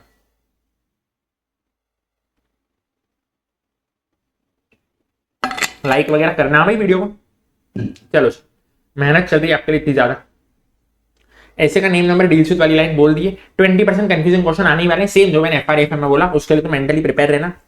जितना भी इजी पेपर आ जाए 20% कंफ्यूजन क्वेश्चन तो मिलेंगे ही। अपना फोकस होना चाहिए बाकी क्वेश्चन को अच्छे से करना, और इसमें जितनी आपकी जनरल नॉलेज है उसके हिसाब से लिख देना। क्लियर है? छोड़ के कुछ भी नहीं आना, क्योंकि blank paper is suicide note. Every question will have one tough part, don't panic. हाँ, ऐसा होने वाला है। क्वेश्चन नंबर 1 के होते हैं ABC, क्वेश्चन नंबर 2 का होता है ABC। तो जरूरी नहीं आपको सारे के सारे आएंगे, हो सकता है फर्स्ट वाले क्वेश्चन में आपको बी पार्ट टफ लगे, सेकंड वाले क्वेश्चन में आपको सी पार्ट टफ लगे, तो बच्चे देख के घबरा जाते हैं, अरे अरे पेपर बाहर से आ गया, अरे अरे समझ में नहीं आ रहा है। भाई साहब तुमको 2 पार्ट आ रहे, तुम उसमें खुश रहो ना भाई। तुमको कौन से 100 में से 100 लाने, 70+ तो ऐसे ही भी आ सकते हैं, 60+ तो ऐसे ही भी आ सकते हैं। भाई साहब समझ रहे हो क्या? हाँ सर समझ। सिंपल है क्या? हाँ सर सिंपल। भाई जो नहीं आता ना उस पर फोकस करोगे ना, आपकी मेंटालिटी नेगेटिव हो जाएगी। जो आता है पहले उस पर फोकस करो, आपके आसानी से आप पास हो जाओगे, आप आसानी से क्रैक कर पाओगे। क्लियर है क्या? हाँ सर क्लियर है। बस ये बात को ध्यान में रख के चलना। एक टफ पार्ट तो होगा ही होगा, आपको पैनिक नहीं करना है। जितना आपको आते हैं उतना लिखोगे, मैं बोल रहा हूं आप पास हो जाओगे। सिंपल है, सिंपल है। ठीक है। उसके बाद 1 full chapter is better than 2 half chapter. मैं मेरे पर्सनल एक्सपीरियंस से बता रहा हूं सर। मैं मेरे सीए फाइनल ऑडिट में मैंने क्या सोचा, स्टाइल मारते 2 आधे आधे चैप्टर करके गया, और क्या हुआ ना, अपनी किस्मत फूटी। जो पार्ट छोड़ा ना मैंने चैप्टर का, जो बाकी का आधा पार्ट छोड़ा उसमें से ही आया। तो मैंने बोला प्लीज ऐसा मत करना, 1 फुल चैप्टर कर लो, वो बेटर है 2 हाफ चैप्टर करने से अच्छा। तो ये एक ध्यान में रख लेना चीज। मोर फोकस आपको कंसेप्ट नोट्स पे रखना है, मैंने आपको बता दिया। मैजिक चार्ट्स पे ज्यादा फोकस रखना है, क्वेश्चन बैंक का कोई मतलब नहीं है। क्वेश्चन चार्ट्स आएंगे, हाँ उसको देख लेना तुम 2-2 बार। बाकी अपने मैजिक चार्ट्स पे ज्यादा फोकस रखना है। मैजिक चार्ट्स करके आप पक्का पक्का पास हो रहे हो। खाली 190 पेजेस के मैजिक चार्ट्स में 100% सिलेबस कवर्ड है। और सेम चीज जो मैंने तुमको एफआरएफ में बोली, कोई चैप्टर छोड़ने के बारे में सोच रहे हो तो प्लीज खाली एमसीक्यू के लिए तो पढ़ लेना। मैं बोल रहा हूँ ना, छोड़ने के बारे में सोच रहे हो ना, खाली मेरा यूट्यूब रिवीजन वीडियो देखकर चले जाना, उद्धार हो जाएगा, एमसीक्यू बन जाएंगे आपके। क्लैरिटी है क्या? क्लैरिटी है सर। बेस्ट सीक्वेंस बता दो ना सर, जिससे हम ऑडिट बढ़िया तरीके से पढ़ पाए। All chapters and professional ethics आपको पहले करने हैं, कॉन्फिडेंस आपका बूस्ट हो जाएगा। 50 to 55 मार्क्स के आते हैं सर। ठीक है? हाँ सर। स्टैंडर्ड्स आपको उसके बाद करने हैं, 60 मार्क्स के लगभग आपको स्टैंडर्ड्स आने वाले हैं। या आप क्या कर सकते हो ना, इसका ऑल्टरनेटिव अप्रोच भी बता देता हूँ। एक चैप्टर किया 3 स्टैंडर्ड करे, ये वाला अप्रोच भी आप फॉलो कर सकते हो। एक चैप्टर किया 3 स्टैंडर्ड की, पर ऐसा मत करना पहले सारे स्टैंडर्ड कर लिए, फिर ये चैप्टर छूट जाएंगे और इसमें से इजी क्वेश्चन आते हैं। या तो चैप्टर निपटा देना, यहाँ छोड़ो, ये वाला तुमको फॉलो नहीं करना है। ये वाला तुम बोलोगे हमारे स्टैंडर्ड छूट रहे हैं, तो ये वाले छोड़ो, ऑल्टर इसको छोड़ दो। ये वाला अप्रोच बेस्ट है, एक चैप्टर करो 3 स्टैंडर्ड करो, इसमें दोनों आपके होते चले जाएंगे। सिंपल है क्या? हाँ सर सिंपल, ये बेस्ट अप्रोच रहने वाला है। नहीं तो इसमें तुम बोलोगे कि हमारे स्टैंडर्ड छूट गए बाद में। ठीक है? हाँ, ये वाला जो मैंने बोला, एक चैप्टर 3 स्टैंडर्ड, ऐसे आपको करना है। सर 0 से स्टार्ट करना है, कुछ भी नहीं आता, आज हम 0 पे खड़े। क्या करें? 190 पेजेस के मैजिक चार्ट्स पढ़ लो, यूट्यूब के रिवीजन वीडियोस देखना, मेरे लेक्चर्स ले लो, शॉर्ट पास हो जाओगे, मेरी गारंटी है। प्रोवाइडेड आपने एक चीज करी जो भी अपन ने लेक्चर में कराई है, कुछ भी छोड़ के नहीं चलना। सिंपल है क्या? हाँ सर सिंपल है, मेरी गारंटी है सर, मेरी गारंटी है। बेस्ट रिवीजन वीडियोस कौन से? वो अपलोड कर रहा हूँ, रेगुलरली अपलोड हो रहे हैं यूट्यूब पे, आगे भी अपलोड होते रहेंगे। 3 प्रो टिप्स मैं आपको दे रहा हूं sir. Don't ignore miscellaneous part of professional ethics. बहुत जबरदस्त लोग है ना सर, आईसीआई ने देख लिया है तुमको। तुम प्रोफेशनल एथिक्स के नाम पे आईसीआई को पागल समझते हो क्या? खाली शेड्यूल करके जाते हो। बहुत सारे बच्चे तो क्या कहते हैं पता है, सुनना ऑडिट का अप्रोच, एसेस पढ़ूंगा कैसे? ऐसे 200 की सीरीज पढ़ी, 300 की सीरीज पढ़ी, 400 की सीरीज पढ़ी, 500 की सीरीज पढ़ी, 600 700 आते आते तो थक गया, हो गया भाई, अब नहीं हो रहा ऑडिट में से। एसआरएस एसआरई ऐसे ही पढ़े ही नहीं। और मैं तुमको बताऊं, एसआरएस एसआरई ऐसे ही में से आईसीआई डायरेक्ट क्वेश्चन पूछता है, वहां तक तो तुम पहुंचते ही नहीं हो। ठीक है, तो खाली तुमने बेसिक बेसिक से सीरीज पढ़ ली 200 से लेकर के 600 तक की, उसमें तुम्हारी फट जाती। इसमें से आईसीआई कम से कम क्वेश्चन पूछता है, एकदम लीस्ट क्वेश्चन पूछता है। उसके बाद चैप्टर के नाम पे तुम खाली 1-2 चैप्टर कर लेते हो, digital audit, emerging areas, PSU audit, बस बाकी चैप्टर छोड़ देते हो। फिर बोलते हो प्रोफेशनल एथिक्स के नाम पे खाली शेड्यूल करके चला जाता हूं, हो गया मेरा ऑडिट का पेपर। और फिर तुम लेकर आते हो मार्क्स 30-35 और तुम मेरे को सर्टिफाइड कॉपी भेजते हो, फिर मैं तुमको क्या ही जवाब दूं, मैं स्पीचलेस हो जाता हूं। ये ढोंग करना मत, ये गलती इस बार करना मत सर, गलती इस बार करना मत। क्लैरिटी है क्या? क्लैरिटी है। बड़े ध्यान से देखना, प्रोफेशनल एथिक्स में आईसीआई को भी ये पता है सर। तुम उठा करके देख लो मई 24 का पेपर, नवंबर 24 का पेपर, अब मिसलेनियस में से वो क्वेश्चन पूछ रहे हैं, मिसलेनियस में से भर भर के क्वेश्चन पूछ रहे हैं। Sir what do mean bye miscellaneous? मैंने बोला जो स्टार्टिंग में होती है ना चीजें चैप्टर की, और जो एंड में होती है उसमें से बहुत भर भर के क्वेश्चन आ रहे सर।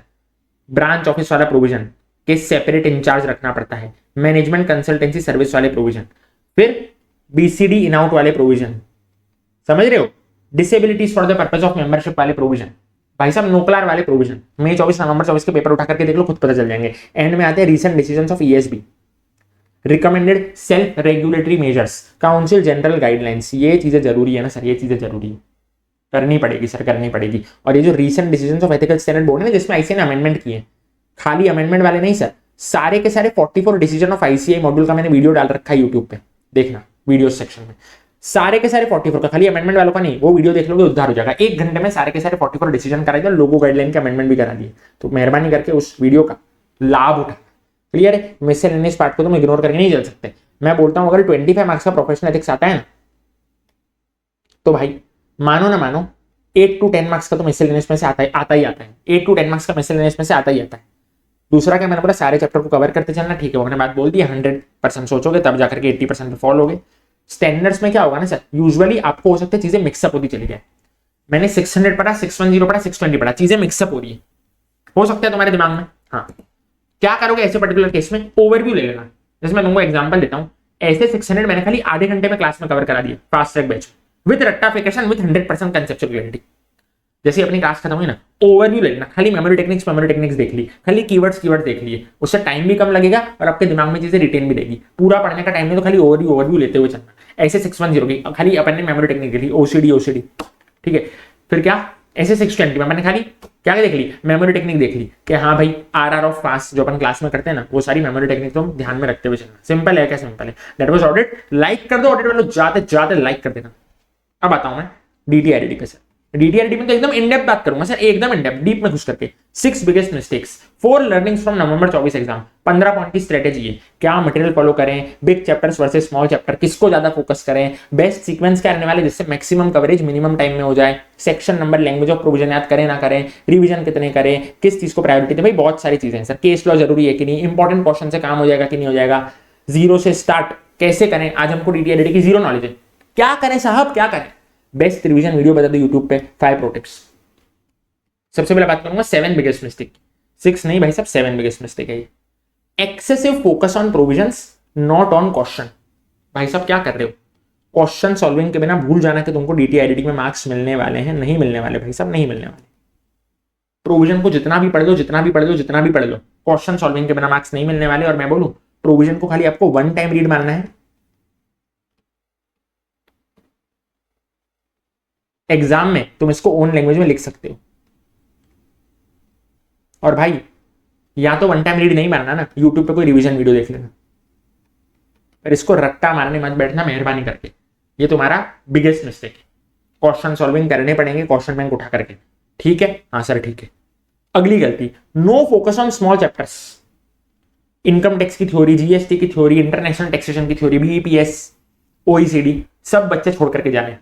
भाई बहुत बड़ी गलती कर रहे हो। यही तो रीजन है तुम डीटी पे 30s में 35 मार्क्स आ रहे हैं, 39 मार्क्स आ रहे हैं, 40 मार्क्स आ रहे हैं, 45 आ रहे हैं। यही गलती है। मेरे को 76 मार्क है डीटी में, 71 मार्क्स है आईडीटी में, सारे के सारे थ्योरी चैप्टर्स करके गए थे, सारे के सारे थ्योरी चैप्टर्स में एकदम इजी है, छोटे हैं, स्कोरिंग है, मजा आने वाला है आपको, समझ रहे हो। ये पीजीबीपी कैपिटल गेन से भी ज्यादा, बहुत ज्यादा स्कोरिंग है। ये पीजीबीपी कैपिटल गेन इतने स्कोरिंग नहीं जितने वो थ्योरी चैप्टर स्कोरिंग है। क्लियर है। मेहरबानी करना, थ्योरी चैप्टर नहीं छोड़ना, कमिटमेंट करो चाहो तो कि मैं थ्योरी चैप्टर नहीं छोड़ूंगा, और लाइक कर देना अभी तक लाइक नहीं किया तो। अगला, solving each and every question by hand, same चीज जो कि मैंने तुमको एफआरएएफएम में बोली। एक का एक चीज हैंड से मत सॉल्व करना, स्क्रिबल करते चलो। स्क्रिबल क्या है मैंने तुमको उधर भी बताया, ऐसा लाइन खींचो, रफ बुक में पेन से लाइन खींचना, खाली अमाउंट लिखते चलो, पर्टिकुलर तुमको लिखने की कोई जरूरत नहीं। इससे तुम्हारे कम टाइम में ज्यादा क्वेश्चन सॉल्व हो जाएंगे। एक्सेसिव फोकस आप कर रहे हो पीजीबीपी आईटीसी पे, मैं हमेशा कह रहा हूं, जब से चैनल की शुरुआत हुई है मैं बोल रहा हूं पीजीबीपी आईटीसी एकदम लास्ट में करने हैं, पहले सारे चैप्टर करने हैं, उसके बाद ही पीजीबीपी आईटीसी करने हैं। सर छोड़ने की बात कर रहे हो, मैंने बोला कि छोड़ने का, एकदम लास्ट में करने हैं। सिंपल है क्या, सिंपल है, छोड़ना नहीं है, लास्ट में करने हैं। Not preparing for last 1.5 days. ICI module लोग यूज कर रहे हैं डीटी के लिए, भाई आईसीआई मॉड्यूल है ना एकदम बकवास है, डीटी की भी एकदम बकवास है, आईडीटी की भी एकदम बकवास है। कंसेप्चुअली हो सकता है आईडीटी की बहुत ज्यादा अच्छी हो, पर 1.5 डेज में तुम पक्का रोगे, तुम्हारा कुछ होने ही नहीं वाला। तो मेहरबानी करके बल्कि बुक्स यूज मत करना, जितना हो सके कंसाइज बुक अगर आपको मिल जाए ना मार्केट में से, उसको यूज करना, ठीक है क्या। हाँ सर, डीटी आईडीटी में concise book is the key to success. कम से कम आपको छोटी से छोटी बुक मिल जाए ना, वो बेस्ट रहेगा, क्योंकि बुक से आपको क्या करना है, खाली प्रोविजन ही देखना है, मेन तो क्वेश्चन सॉल्विंग है डीटी आईडीटी में, तो मानो या ना मानो। अगला, लीविंग सी कैटेगरी चैप्टर्स। लोग सी कैटेगरी चैप्टर को छोड़ देते हैं, जैसे कि BPS, MTC, refund under customs. मेहरबानी करके मत छोड़ना, इजी है, छोटे हैं, स्कोरिंग है, डायरेक्ट क्वेश्चन तुमको मिलेंगे। बीपीएस एमटीसी से देखना हर बार क्वेश्चन आता है, ओईसीटी में से हर बार क्वेश्चन आता है। क्लियर है, हाँ सर क्लियर। अगला, going into technicality of provision. Sir DT में ऐसा प्रोविजन नहीं होना चाहिए था, ऐसा प्रोविजन होना चाहिए था, ऐसा नहीं होना चाहिए था, ऐसा नहीं होना चाहिए था। भाई साहब वो तुम्हारा काम नहीं है, ऐसा प्रोविजन है तो है, 60 डेज पहले तुम ये दिमाग नहीं लगाने बैठ सकते, ऐसा प्रोविजन नहीं, ऐसा प्रोविजन होना चाहिए था। एग्जाम ओरिएंटेड स्टडीज इसको ही बोलते हैं सर। टीचर ने आपको पूरा कंसेप्ट समझाया, ऐसा ऐसा है, भाई ऐसा ऐसा है तो ऐसा ऐसा है, सिंपल है क्या, सिंपल है। तुमको समझ में आ गया ना, हाँ ऐसा ऐसा है, हाँ सर खुश रहो। 60 डेज पहले तुम अपना दिमाग मत लगाओ, अरे ऐसा होता तो ऐसा होता, फिर तो भाई तुम्हारा एग्जाम क्लियर नहीं होगा। अभी से तुमको हार्श रियलिटी बता करके चल रहा हूँ, सीए एग्जाम्स की हार्श रियलिटी, मानना है मानो, आपका फायदा है, नहीं मानना है मत मानो। 4 learnings from November 24 exams. High weightage of penalty उन लोगों ने पूछी, यानी अब वो लोग बच्चों से क्या एक्सपेक्ट कर रहे हैं कि भाई इनको क्या होनी चाहिए सर, पेनल्टी भी रटी हुई होनी चाहिए। अब वो लोग एक्सपेक्ट कर रहे हैं तो कर रहे हैं सर, ये लेकिन गलत नहीं है, हाँ गलत है, हाँ गलत है। पेनल्टी याद करके कौन सा ही बच्चे धाड़ मान लेंगे, कुछ वैल्यू एडिशन तो होगा नहीं, पर जो है वो है ना, तुम उसको बदल सकते हो एग्जाम के 60 दिन पहले ना, मैं कुछ कर सकता हूं। तो पेनल्टी तुमको अच्छे से करके जाने की हार्श रियलिटी।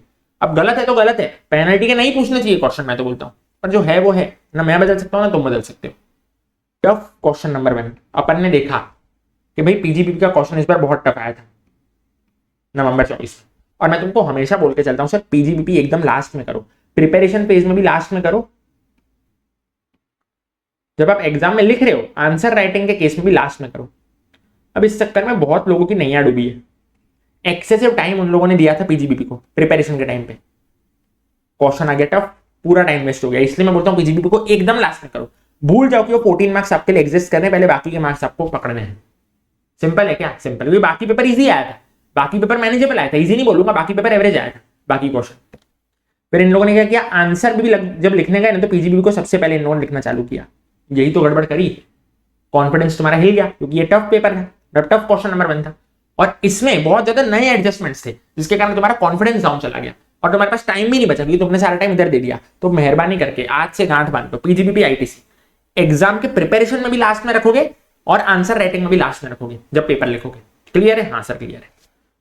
थ्योरी चैप्टर्स पे भी इंपॉर्टेंस दिया गया है, अगर तुम लोग देखोगे ना नवंबर 24 का पेपर, तो मैंने तुमको बोला ऊपर प्लीज थ्योरी चैप्टर्स करके चलना, मैंने ऊपर बिगेस्ट मिस्टेक में बताया कि थ्योरी चैप्टर्स को भी करके चलना है। Are you guys getting my point? Yes.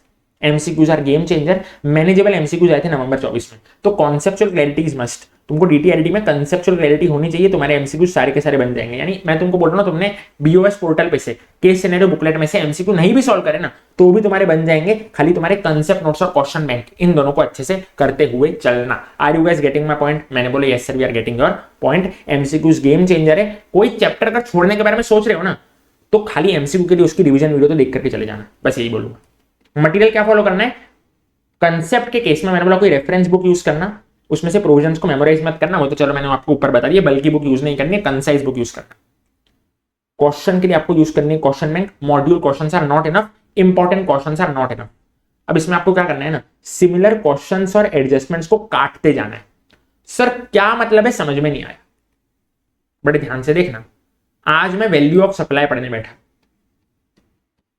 Question number 1 में 5 एडजस्टमेंट्स है, क्वेश्चन नंबर 2 में 6 एडजस्टमेंट है, जिसमें से 5 तो वो ऊपर वाले क्वेश्चन के सेम है, तो क्वेश्चन नंबर 1 को मैंने काट दिया, खाली क्वेश्चन नंबर 2 देख रहा हूं। या मान लो आज मैं क्या पढ़ने बैठा, एग्जामिशन का चैप्टर पढ़ने बैठा जीएसटी में। अब इसमें क्वेश्चन 1 में 10 एडजस्टमेंट्स है, क्वेश्चन 2 में 15 एडजस्टमेंट है। क्लियर है? अब भाई 15 में से मेरे को पता चला ऊपर वाले जो है ना, ऊपर वाले 5 तो सेम है सर, 5 तो सेम है, तो मैंने क्या किया, वो 5 वाले एग्जाम्पशन को काट दिया। मैं कही तो मैंने ऊपर देख लिया ना, मैं क्या करूंगा ना, इसके खाली 10 एडजस्टमेंट को देखूंगा, जो नए वाले एडजस्टमेंट, खाली नए नए एडजस्टमेंट लेते हुए चलो। समझ रहे हो क्या? देखो 10 तो ऊपर देखे मैंने, 10 ऊपर देखे, अब उसके अलावा वाले जितने भी न्यू एडजस्टमेंट देखे ना, खाली उसको ही आपको करते चलना है, बाकी सारे एडजस्टमेंट को काटते चलना है। सिमिलरली रिपीट क्वेश्चन तुमको भर भर के दिखेंगे, डीटी आईडीटी की क्वेश्चन बैंक में तुमको भर भर के रिपीट क्वेश्चन दिखेंगे, रिपीट क्वेश्चन काटते हुए चलना मेहरबानी करके, नहीं तो तुम्हारा 1.5 डेज में तो होने से रहा नहीं हो पाएगा सर, वॉर्न करके चल रहा हूं। सिंपल है क्या? हाँ सर सिंपल है।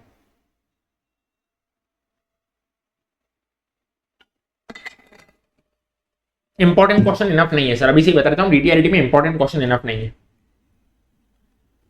एक बार आपका कंसेप्ट बुक और क्वेश्चन बैंक हो जाए, उसके बाद ही आपको आरटीपी एमटीपी करना है, वो भी खाली मई 25 अटेम्प्ट करना है। नवंबर 24 का नहीं करना, मई 24 अटेम्प्ट का नहीं करना, खाली मई 25 अटेम्प्ट का ही आरटीपी एमटीपी सॉल्व करके जाना है। Are you guys getting my point? Yes.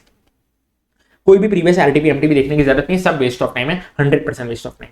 No ICAI module और बल्कि रेफरेंस बुक, क्योंकि आप उनको 1.5 दिन में रिवाइज नहीं कर पाओगे। ठीक है, बात अपन ने कर ली है। Please respect international taxation and customs. बच्चे हो गया, क्या किया, इनकम टैक्स कर लिया, बस इंटरनेशनल टैक्सेशन तो छुआ ही नहीं, कस्टम्स नहीं, खाली जीएसटी कर लिया। पागल हो क्या? ये इजी है, शॉर्ट है, स्कोरिंग है भाई, इसको तुम छोड़ ही नहीं सकते। इनकम टैक्स में मैं तुमको बताऊं, ज्यादा मेहनत में कम मार्क्स आएंगे, इंटरनेशनल में कम मेहनत में तुमको ज्यादा मार्क्स आएंगे। सिंपल है क्या? Yes sir. बेस्ट सीक्वेंस बता दो सर, मैक्सिमम कवरेज ताकि वो मिनिमम टाइम में। डीटी के लिए सबसे पहले तुमको करना है इंटरनेशनल टैक्सेशन, फिर तुमको करना है असेसमेंट ऑफ वेरियस एंटिटीज वाला चैप्टर। ये कौन सा चैप्टर होता है जिसमें वो सारे अलग अलग केस आते हैं ना sir, assessment of various entities वाला चैप्टर तुमको करना है सर। क्लियर है क्या? हाँ सर क्लियर। उसके बाद तुमको क्या करना है ना सर, ट्रस्ट वाला चैप्टर करना है, ट्रस्ट वाला chapter, TDS TCS advance tax करना है। 3 चैप्टर तुमको करने पार्ट 2 पे।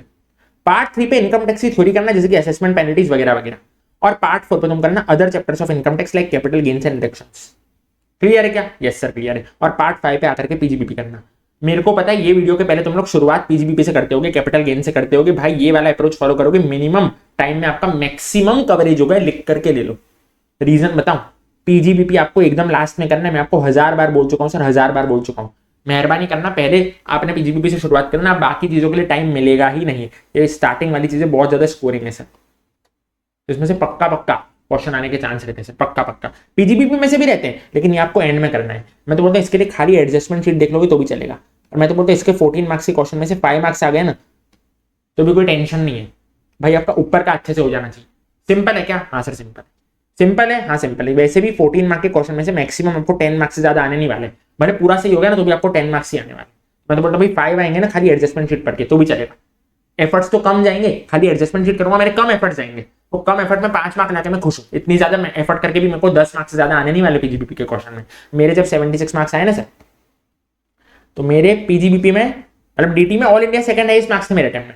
पीजीबीपी में खाली मेरे को 5 मार्क आए, आईटीसी में मेरे को खाली 5 मार्क आए, लेकिन कितने आईडीटी में मेरे को 71 मार्क आईडीटी में। समझ रहे हो क्या? तो भाई ये चीज को ध्यान में रखना। सिमिलरली आईडीटी जो है जीएसटी 80 मार्क्स का आता है, कस्टम्स एंड एफटीपी 20 मार्क्स का आता है। ठीक है, तो पहले तुमको जीएसटी की थ्योरी करनी है। मेरे को पता है आज के पहले तुम जीएसटी का प्रैक्टिकल पार्ट पहले करते होगे, समझ रहे हो? पार्ट 2 पे कस्टम करना है, फिर तुमको जीएसटी का प्रैक्टिकल करना है, value of supply, time of supply, place of supply, RCM etcetera. ITC को तो एकदम लास्ट में करना है। लेकिन मेरे को पता है सर, मेरे को पता है ये वीडियो के पहले तुम लोग क्या करते होगे, तुम शुरुआत ही करते होगे value of supply, time of supply, place of supply से।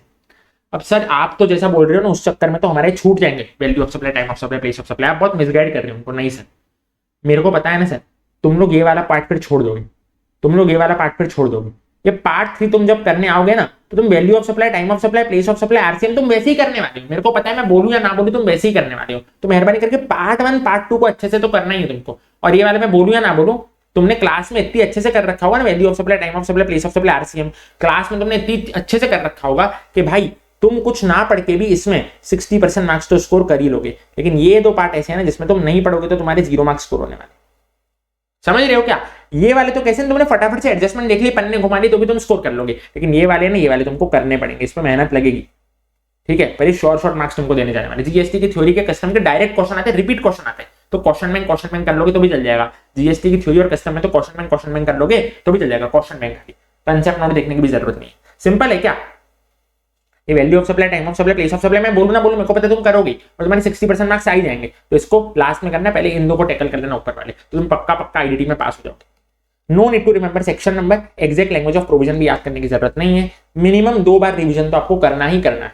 Oral revision plus written revision का ब्लेंड रखना, सारा का सारा रिटर्न करोगे ना तो तुमको फिर नहीं हो पाएगा, कोर्स नहीं खत्म होगा। और मिनिमम 1 मॉक आपको देकर के चलनी है।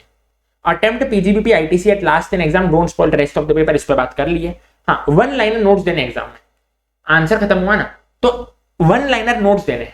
जैसे कि फॉर एग्जांपल कोई पर्टिकुलर चीज है वो एग्जाम्प्ट है जीएसटी से, तो उसका 1 लाइनर नोट देकर के आना पड़ेगा।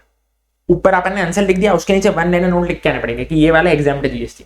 ठीक है, कोई रूल नंबर, एंट्री नंबर कुछ लिखने की जरूरत नहीं है, सेक्शन नंबर खाली बोलते ना, ये इज एग्जाम्प्ट अंडर जीएसटी, ये is exempt under CGST, this is exempt under CGST. समझ गए क्या? यस सर, खाली 1 लाइनर में देने हैं, ओन लैंग्वेज में देने हैं।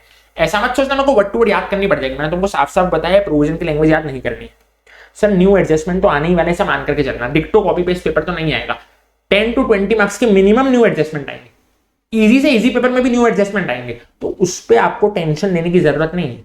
आप वो 10-20 मार्क के चक्कर में अपना बाकी का पेपर थोड़ी गवा सकते हो। पेपर इज ऑफ 118 मार्क्स, तो स्टेप वाइज मार्किंग मिलेगी, जितना आता है उतना अच्छे से करके चलने का, बाकी में कुछ ना कुछ तो लिख के आना। 70+ मार्क्स स्कोर करना आसान है, आसान है, आसान है, कमेंट कर देना yes I will definitely score 70% DT IDT. Simple है क्या? स्टेप वाइज मार्किंग आपको मिलेगी। 4 एडजस्टमेंट सही कर रखे हैं तो उसके आपको मार्क्स मिलेंगे, क्लियर है? हाँ, तो बाकी में भी कुछ ना कुछ लिख करके आना, ब्लैंक पेपर जैसे सुसाइड नोट छोड़ के मत आना। सर खाली इंपॉर्टेंट क्वेश्चन एनफ है क्या? मैंने बोला rather solve question bank after cutting similar question, similar question cut करके तुम क्वेश्चन बैंक सॉल्व कर लो, इंपॉर्टेंट क्वेश्चन एनफ नहीं है। Sir right summary beside each answer, हाँ आज मैं दिक्कत हुआ मेरे को, देखो मैं आज प्लेस ऑफ सप्लाई पढ़ने बैठा, मेरे को ये वाले एडजस्टमेंट में बहुत ज्यादा डाउट आ रहे हैं, समझ में ही नहीं आ रहा है ये कैसे होगा। एक पर्टिकुलर एडजस्टमेंट में, एक just give me a second ना, हाँ एक पर्टिकुलर एडजस्टमेंट में मान लो भाई मैं प्लेस ऑफ सप्लाईज करने बैठा, या मान लो मैं एग्जाम्पशन का चैप्टर करने बैठा, मेरे को एक पर्टिकुलर एग्जाम्पशन में ही डाउट आ रहा है सर कि भाई इधर 10 एडजस्टमेंट दे रखे हैं सर, 10 एडजस्टमेंट दे रखे हैं क्वेश्चन में, मेरे को एडजस्टमेंट नंबर 5 पे ही डाउट आ रहा है, समझ में नहीं आ रहा है, तो उसकी समरी तुम लोग बाजू में लिख करके चलना, ताकि तुमको एग्जाम के एक दिन पहले कंसेप्ट बुक खोल के वो वाला एडजस्टमेंट देखना ना पड़े। सिंपल है क्या कि यार समरी में को इधर ही मिल जाए कि भाई इस कारण के कारण एग्जाम रहता है, देखो भाई ये वाला स्पेशल पॉइंट एग्जाम रहता है, तो क्वेश्चन में वो पर्टिकुलर एडजस्टमेंट के बाजू में उसकी समरी लिख के चलना कि हाँ सर ये एक स्पेशल पॉइंट है, इस केस में एग्जाम रहता है, इस केस में टैक्सेबल रहता है, समझ रहे हो क्या? हाँ सर कि भाई देखो ये स्पेशल पॉइंट है, इसमें ये वाला चीज आएगा तो ये एग्जाम है, ये वाला चीज आएगा तो ये टैक्सेबल है, तो वो समरी लिख करके चलना। कोई भी टफ एडजस्टमेंट अगर तुमको लगे ना तो उस केस में तुमको बहुत मदद करेगा। आज तुमको इसका वैल्यू पता नहीं चलेगा, 1.5 डेज में तुमको इसका वैल्यू पता चलेगा। सर केस लॉस जो है ना 4 to 6 मार्क्स के आने ही आने वाले हैं, आने ही आने वाले हैं, मैक्सिमम 4 to 6 मार्क्स के ही आएंगे। तो आपको करने हैं क्या? हाँ सर सिलेबस कंप्लीट हो जाए उसके बाद ही आपको सोचना है, नहीं तो भूल जाना केस लॉ करके कोई चीज होती है। सिंपल है क्या? सिंपल है सर, सब कुछ करने जाओगे कुछ नहीं कर पाओगे, तो syllabus completion should be your first priority, case law एकदम एंड में पढ़ोगे, क्लियर है? हाँ सर। सर स्टार्टिंग में अगर तुम लोगों ने चैप्टर पढ़े ना कैपिटल गेन डिडक्शन, तो तुम पूरे पढ़ने बैठ जाओगे। इसीलिए अगर तुमको पता हो ना मेरे सीक्वेंस में मैंने चैप्टर को पार्ट 4 पे रखा था, कैपिटल गेन हो गया, डिडक्शन हो गया, बाकी चैप्टर हो गया other chapters of income tax, तुम समझ रहे हो? क्योंकि इसमें सीए फाइनल लेवल पे खाली क्या काम की चीजें होती है ना, 4549B, स्लम सेल, रेट्स, यही थोड़ी बहुत चीजें जो होती है काम की होती है, समझ गए क्या? और भी चीजें होती है, मैं 1700 स्ट्रेटेजी की वीडियो में तुमको डीप में बताऊंगा। फिर डिडक्शंस में भी खाली सिलेक्टिव डिडक्शंस करने पड़ते हैं जो तुमको इंटरनेशनल टैक्सेशन में काम आए, समझ रहे हो क्या? सारे के सारे डिडक्शन इतने इंपॉर्टेंट नहीं रहते। तो अगर तुम पहले पढ़ने बैठ गए ना, मैंने भैया आपको बोला ये सीक्वेंस को हिलाना मत, पहले तुम लोग पीजीबीपी करने बैठ गए, तुम लोग ज्यादा ही टाइम दे दोगे जरूरत से ज्यादा, फिर तुम्हारा ऊपर का रह जाएगा, तुम फेल हो जाओगे। कैपिटल गेन डिडक्शन तुम सब करने बैठ जाओगे, सीए फाइनल लेवल पे सब करना जरूरी नहीं है, ये ऊपर वाली चीजें भी आपको करके चलनी है। तो part 1, part 2, part 3, part 4, part 5 बहुत सोच समझ के सीक्वेंस बनाए, प्लीज ये सीक्वेंस को फॉलो करना, मजा आ जाएगा, आपके भाई की guarantee. Learnings from November 24 PGBP tough आया था, थ्योरी क्वेश्चंस फॉर आज, ये बात ऊपर हो गई है, ठीक है। MCQ summary 1 liner in April at the time of last revision. हाँ सर, सर एमसीक्यू कहां से करें सर? डीटीआईटी के। मैंने बोला कंसेप्ट पे फोकस करोगे ना तो एमसीक्यू नहीं करोगे तो भी चलेगा, आपके पक्का पक्का मार्क्स आ जाएंगे। आपके भाई को डीटी के एमसीक्यू में 29 मार्क्स है, आईडीटी के एमसीक्यू में 28 मार्क्स है आउट ऑफ 30, बिना एमसीक्यू बुकलेट को सॉल्व करे हुए। तुम्हारे भी आ जाएंगे? हाँ सर तुम्हारे भी आ जाएंगे। तो एमसीक्यू सॉल्व करना तुम्हारी लास्ट प्रायोरिटी होनी चाहिए। पहली प्रायोरिटी है सिलेबस कंप्लीट करो, कॉन्सेप्ट बुक में से, क्वेश्चन बैंक में से। उसके बाद टाइम मिल जाए ना तो देखना, अगर कोई टीचर तुमको 1 लाइनर एमसीक्यू समरी दे देना तो खाली वो देख करके चले जाओ, क्योंकि आज तुमने जितने भी एमसीक्यू सॉल्व कर लिए 1.5 दिन में तो तुमसे होने से रहे, तो खाली 1 लाइनर समरी मिल जाए, टीचर दे दे तो अच्छा, नहीं तो खुद बना लेना। सिंपल है क्या? हाँ सर सिंपल है। फिर बहुत सारे लोगों ने मार्केट में अफवाह फैला रखी है, आईबीएस का मतलब डीटी आईडीटी का पढ़ने का अप्रोच बदल जाएगा आईबीएस से। आईबीएस के लिए कुछ अलग से मेहनत करनी पड़ेगी, आईबीएस के लिए भाई डीटी आईडीटी के लिए कुछ और भी ज्यादा चीजें पढ़नी पड़ेगी। ऐसा कुछ नहीं है, सिमिलर अप्रोच रहने वाला आईबीएस के लिए भी। यानी आप आईबीएस, आप डीटी आईडीटी को जैसे नॉर्मली पढ़ते थे ना वैसे ही पढ़ो, आपका आईबीएस भी खुद ब खुद सॉल्व हो जाएगा। ठीक है, कोई आपको अलग अप्रोच नहीं लगाना है इसमें। ठीक है क्या? हाँ सर सिंपल है। उसके अलावा 1.5 डेज का पूरा पूरा प्लान, 70-100 स्ट्रेटेजी, एबीसी एनालिसिस जिसको मैं बोलता हूँ, क्या क्या टॉपिक जरूरी है हर चैप्टर में से। पेपर प्रेजेंटेशन के वीडियो मार्च में आएंगे, इन डेप्थ आएंगे 1.5 2 घंटे के, तो चैनल को सब्सक्राइब करके रख लेना। आईबीएस की इन डेप्थ स्ट्रेटेजी भी आएगी, तो चैनल को सब्सक्राइब करके रख लेना। वीडियो को दोस्तों के साथ शेयर करना। सर जीरो से स्टार्ट करना है, कैसे करें? मैंने आपको बोला बल्कि बुक्स नहीं वापरनी, आईसीएम मॉड्यूल नहीं वापरनी, कंसाइज बुक वापरना। आज से भी चालू करोगे आपका हो जाएगा concise book with question bank after cutting repeat adjustments. Best revision videos, ये बहुत बड़ी गलती करते हैं। एक टीचर की बुक होती है लोगों के हाथ में और दूसरे टीचर की वो लोग रिवीजन वीडियो देखते हैं। प्लीज ऐसा मत करना। प्रेफरेबल है कि आप जो मटेरियल यूज कर रहे हो उस मटेरियल में से आप रिवीजन वीडियो देखना, कंसाइज बुक उठाना और फिर क्या करना, उसके रिवीजन वीडियो देखते हुए चलना। सर 5 प्रो टिप्स दे दो, 5 प्रो टिप्स दे दो। डेली रिवीजन करना है आपको डीटी के रेट्स का। मैं करता था, मैं कोई भी सब्जेक्ट पढ़ रहा हूँ, FR, AFM, audit, DT, IDT, में कोई भी सब्जेक्ट पढ़ रहा हूँ, टीडीएस के रेट, कैपिटल गेन के रेट, एनआर टैक्सेशन के रेट मैं रोज रिवाइज करता था। रोज इतना रिवाइज किया कि नस नस में बस गए सर, नस नस में बस गए। तो मेहरबानी करके डेली रिवीजन करना है डीटी के रेट का। रोज सुबह उठ के ये काम है, या सोने से पहले ये काम है कि डीटी के रेट को देख के सोना है, 15-20 मिनट तो देंगे। Focus more on questions in GST theory as repeat questions are asked. GST theory में क्वेश्चन बैंक पे ज्यादा फोकस करना रादर देन कंसेप्ट बुक, क्योंकि रिपीट क्वेश्चन पूछते हैं। Read chapters for MCQs rather than completely leaving. मैं आपको बता चुका हूं, पूरा चैप्टर छोड़ने से अच्छा खाली उसके रिवीजन वीडियो देख करके चले जाना एमसीक्यू पर्पस के लिए। It will fetch you 5 to 6 marks in MCQs. 5-6 theory chapters will collectively fetch you 8 to 10 marks. मैंने बोला 5-6 थ्योरी चैप्टर के आपने खाली क्वेश्चन बैंक भी देख ली एमसीक्यू पर्पस के लिए, तो आपके 8 से 10 मार्क्स एमसीक्यू में पक्के हो जाएंगे। आईटीसी में तुमको मेहनत ज्यादा लगेगी, मार्क्स आएंगे कम। यहाँ पे मेहनत कम लगेगी, मार्क्स आएंगे ज्यादा। सिंपल है क्या? सिंपल है। 80 to 85% सिलेबस बेस्ट मैनर में करके चलना। तुमको एफटीपी टेक्निकल लग रहा है तुम उसको छोड़ दो, डीटी में तुमको 1-2 चीजें टेक्निकल लग रही है छोड़ दो। 80 to 85% सिलेबस करना, उसको तुम लोग बेस्ट मैनर में करना। यही मैं बोलता हूँ वीडियो के स्टार्टिंग से। 100% सोचोगे तो 80% पे फॉल कर ही जाओगे। 80% को अच्छे से तुम करना। क्लियर है? पर फोकस किस पे करना? 100% करने पे। 100 का सोचोगे तभी 80 पे लैंड करोगे। Focus only on limited questions of question bank plus latest RTP MTP के क्वेश्चन, इस पे फोकस करते हुए चलना। Revise it multiple times, no other question. Example, faculty made questions for concepts for which there was no question given by ICAI. बहुत सारी faculties ऐसे हैं जो कि बोलते हैं हम खुद से क्वेश्चन बना रहे हैं, आईसीआई ने अभी तक इसका क्वेश्चन नहीं दिया है। तो भाई तुमसे वही वाले क्वेश्चन सॉल्व नहीं हो रहे जो आईसीआई ने दे दिए, तुम्हारे पास कहां से टाइम मिलेगा 1.5 दिन में कि तुम फैकल्टी के बनाए हुए क्वेश्चन सॉल्व करोगे। तो मेहरबानी करके एक्स्ट्रा काम कुछ नहीं करना है अपने को, जितना कंटेंट है उस पर फोकस करते चलना है। तुम पक्का पास हो रहे हो, 60+, 70+ ला रहे हो, एग्जाम में तहलका मचा रहे हो। लाइक जरूर करना वीडियो को, अपने सारे दोस्तों के साथ शेयर करो, सब्सक्राइब करो चैनल को और कमेंट करके जाओ, yes I will definitely score 70+ in CA exams in May 25, yes I will definitely become a chartered accountant in May 20। मिलते हैं नेक्स्ट वीडियो में। Till then keep studying and keep learning. Comment में बताना जरूर कैसी लगी आपको ये वीडियो। चलिए सर।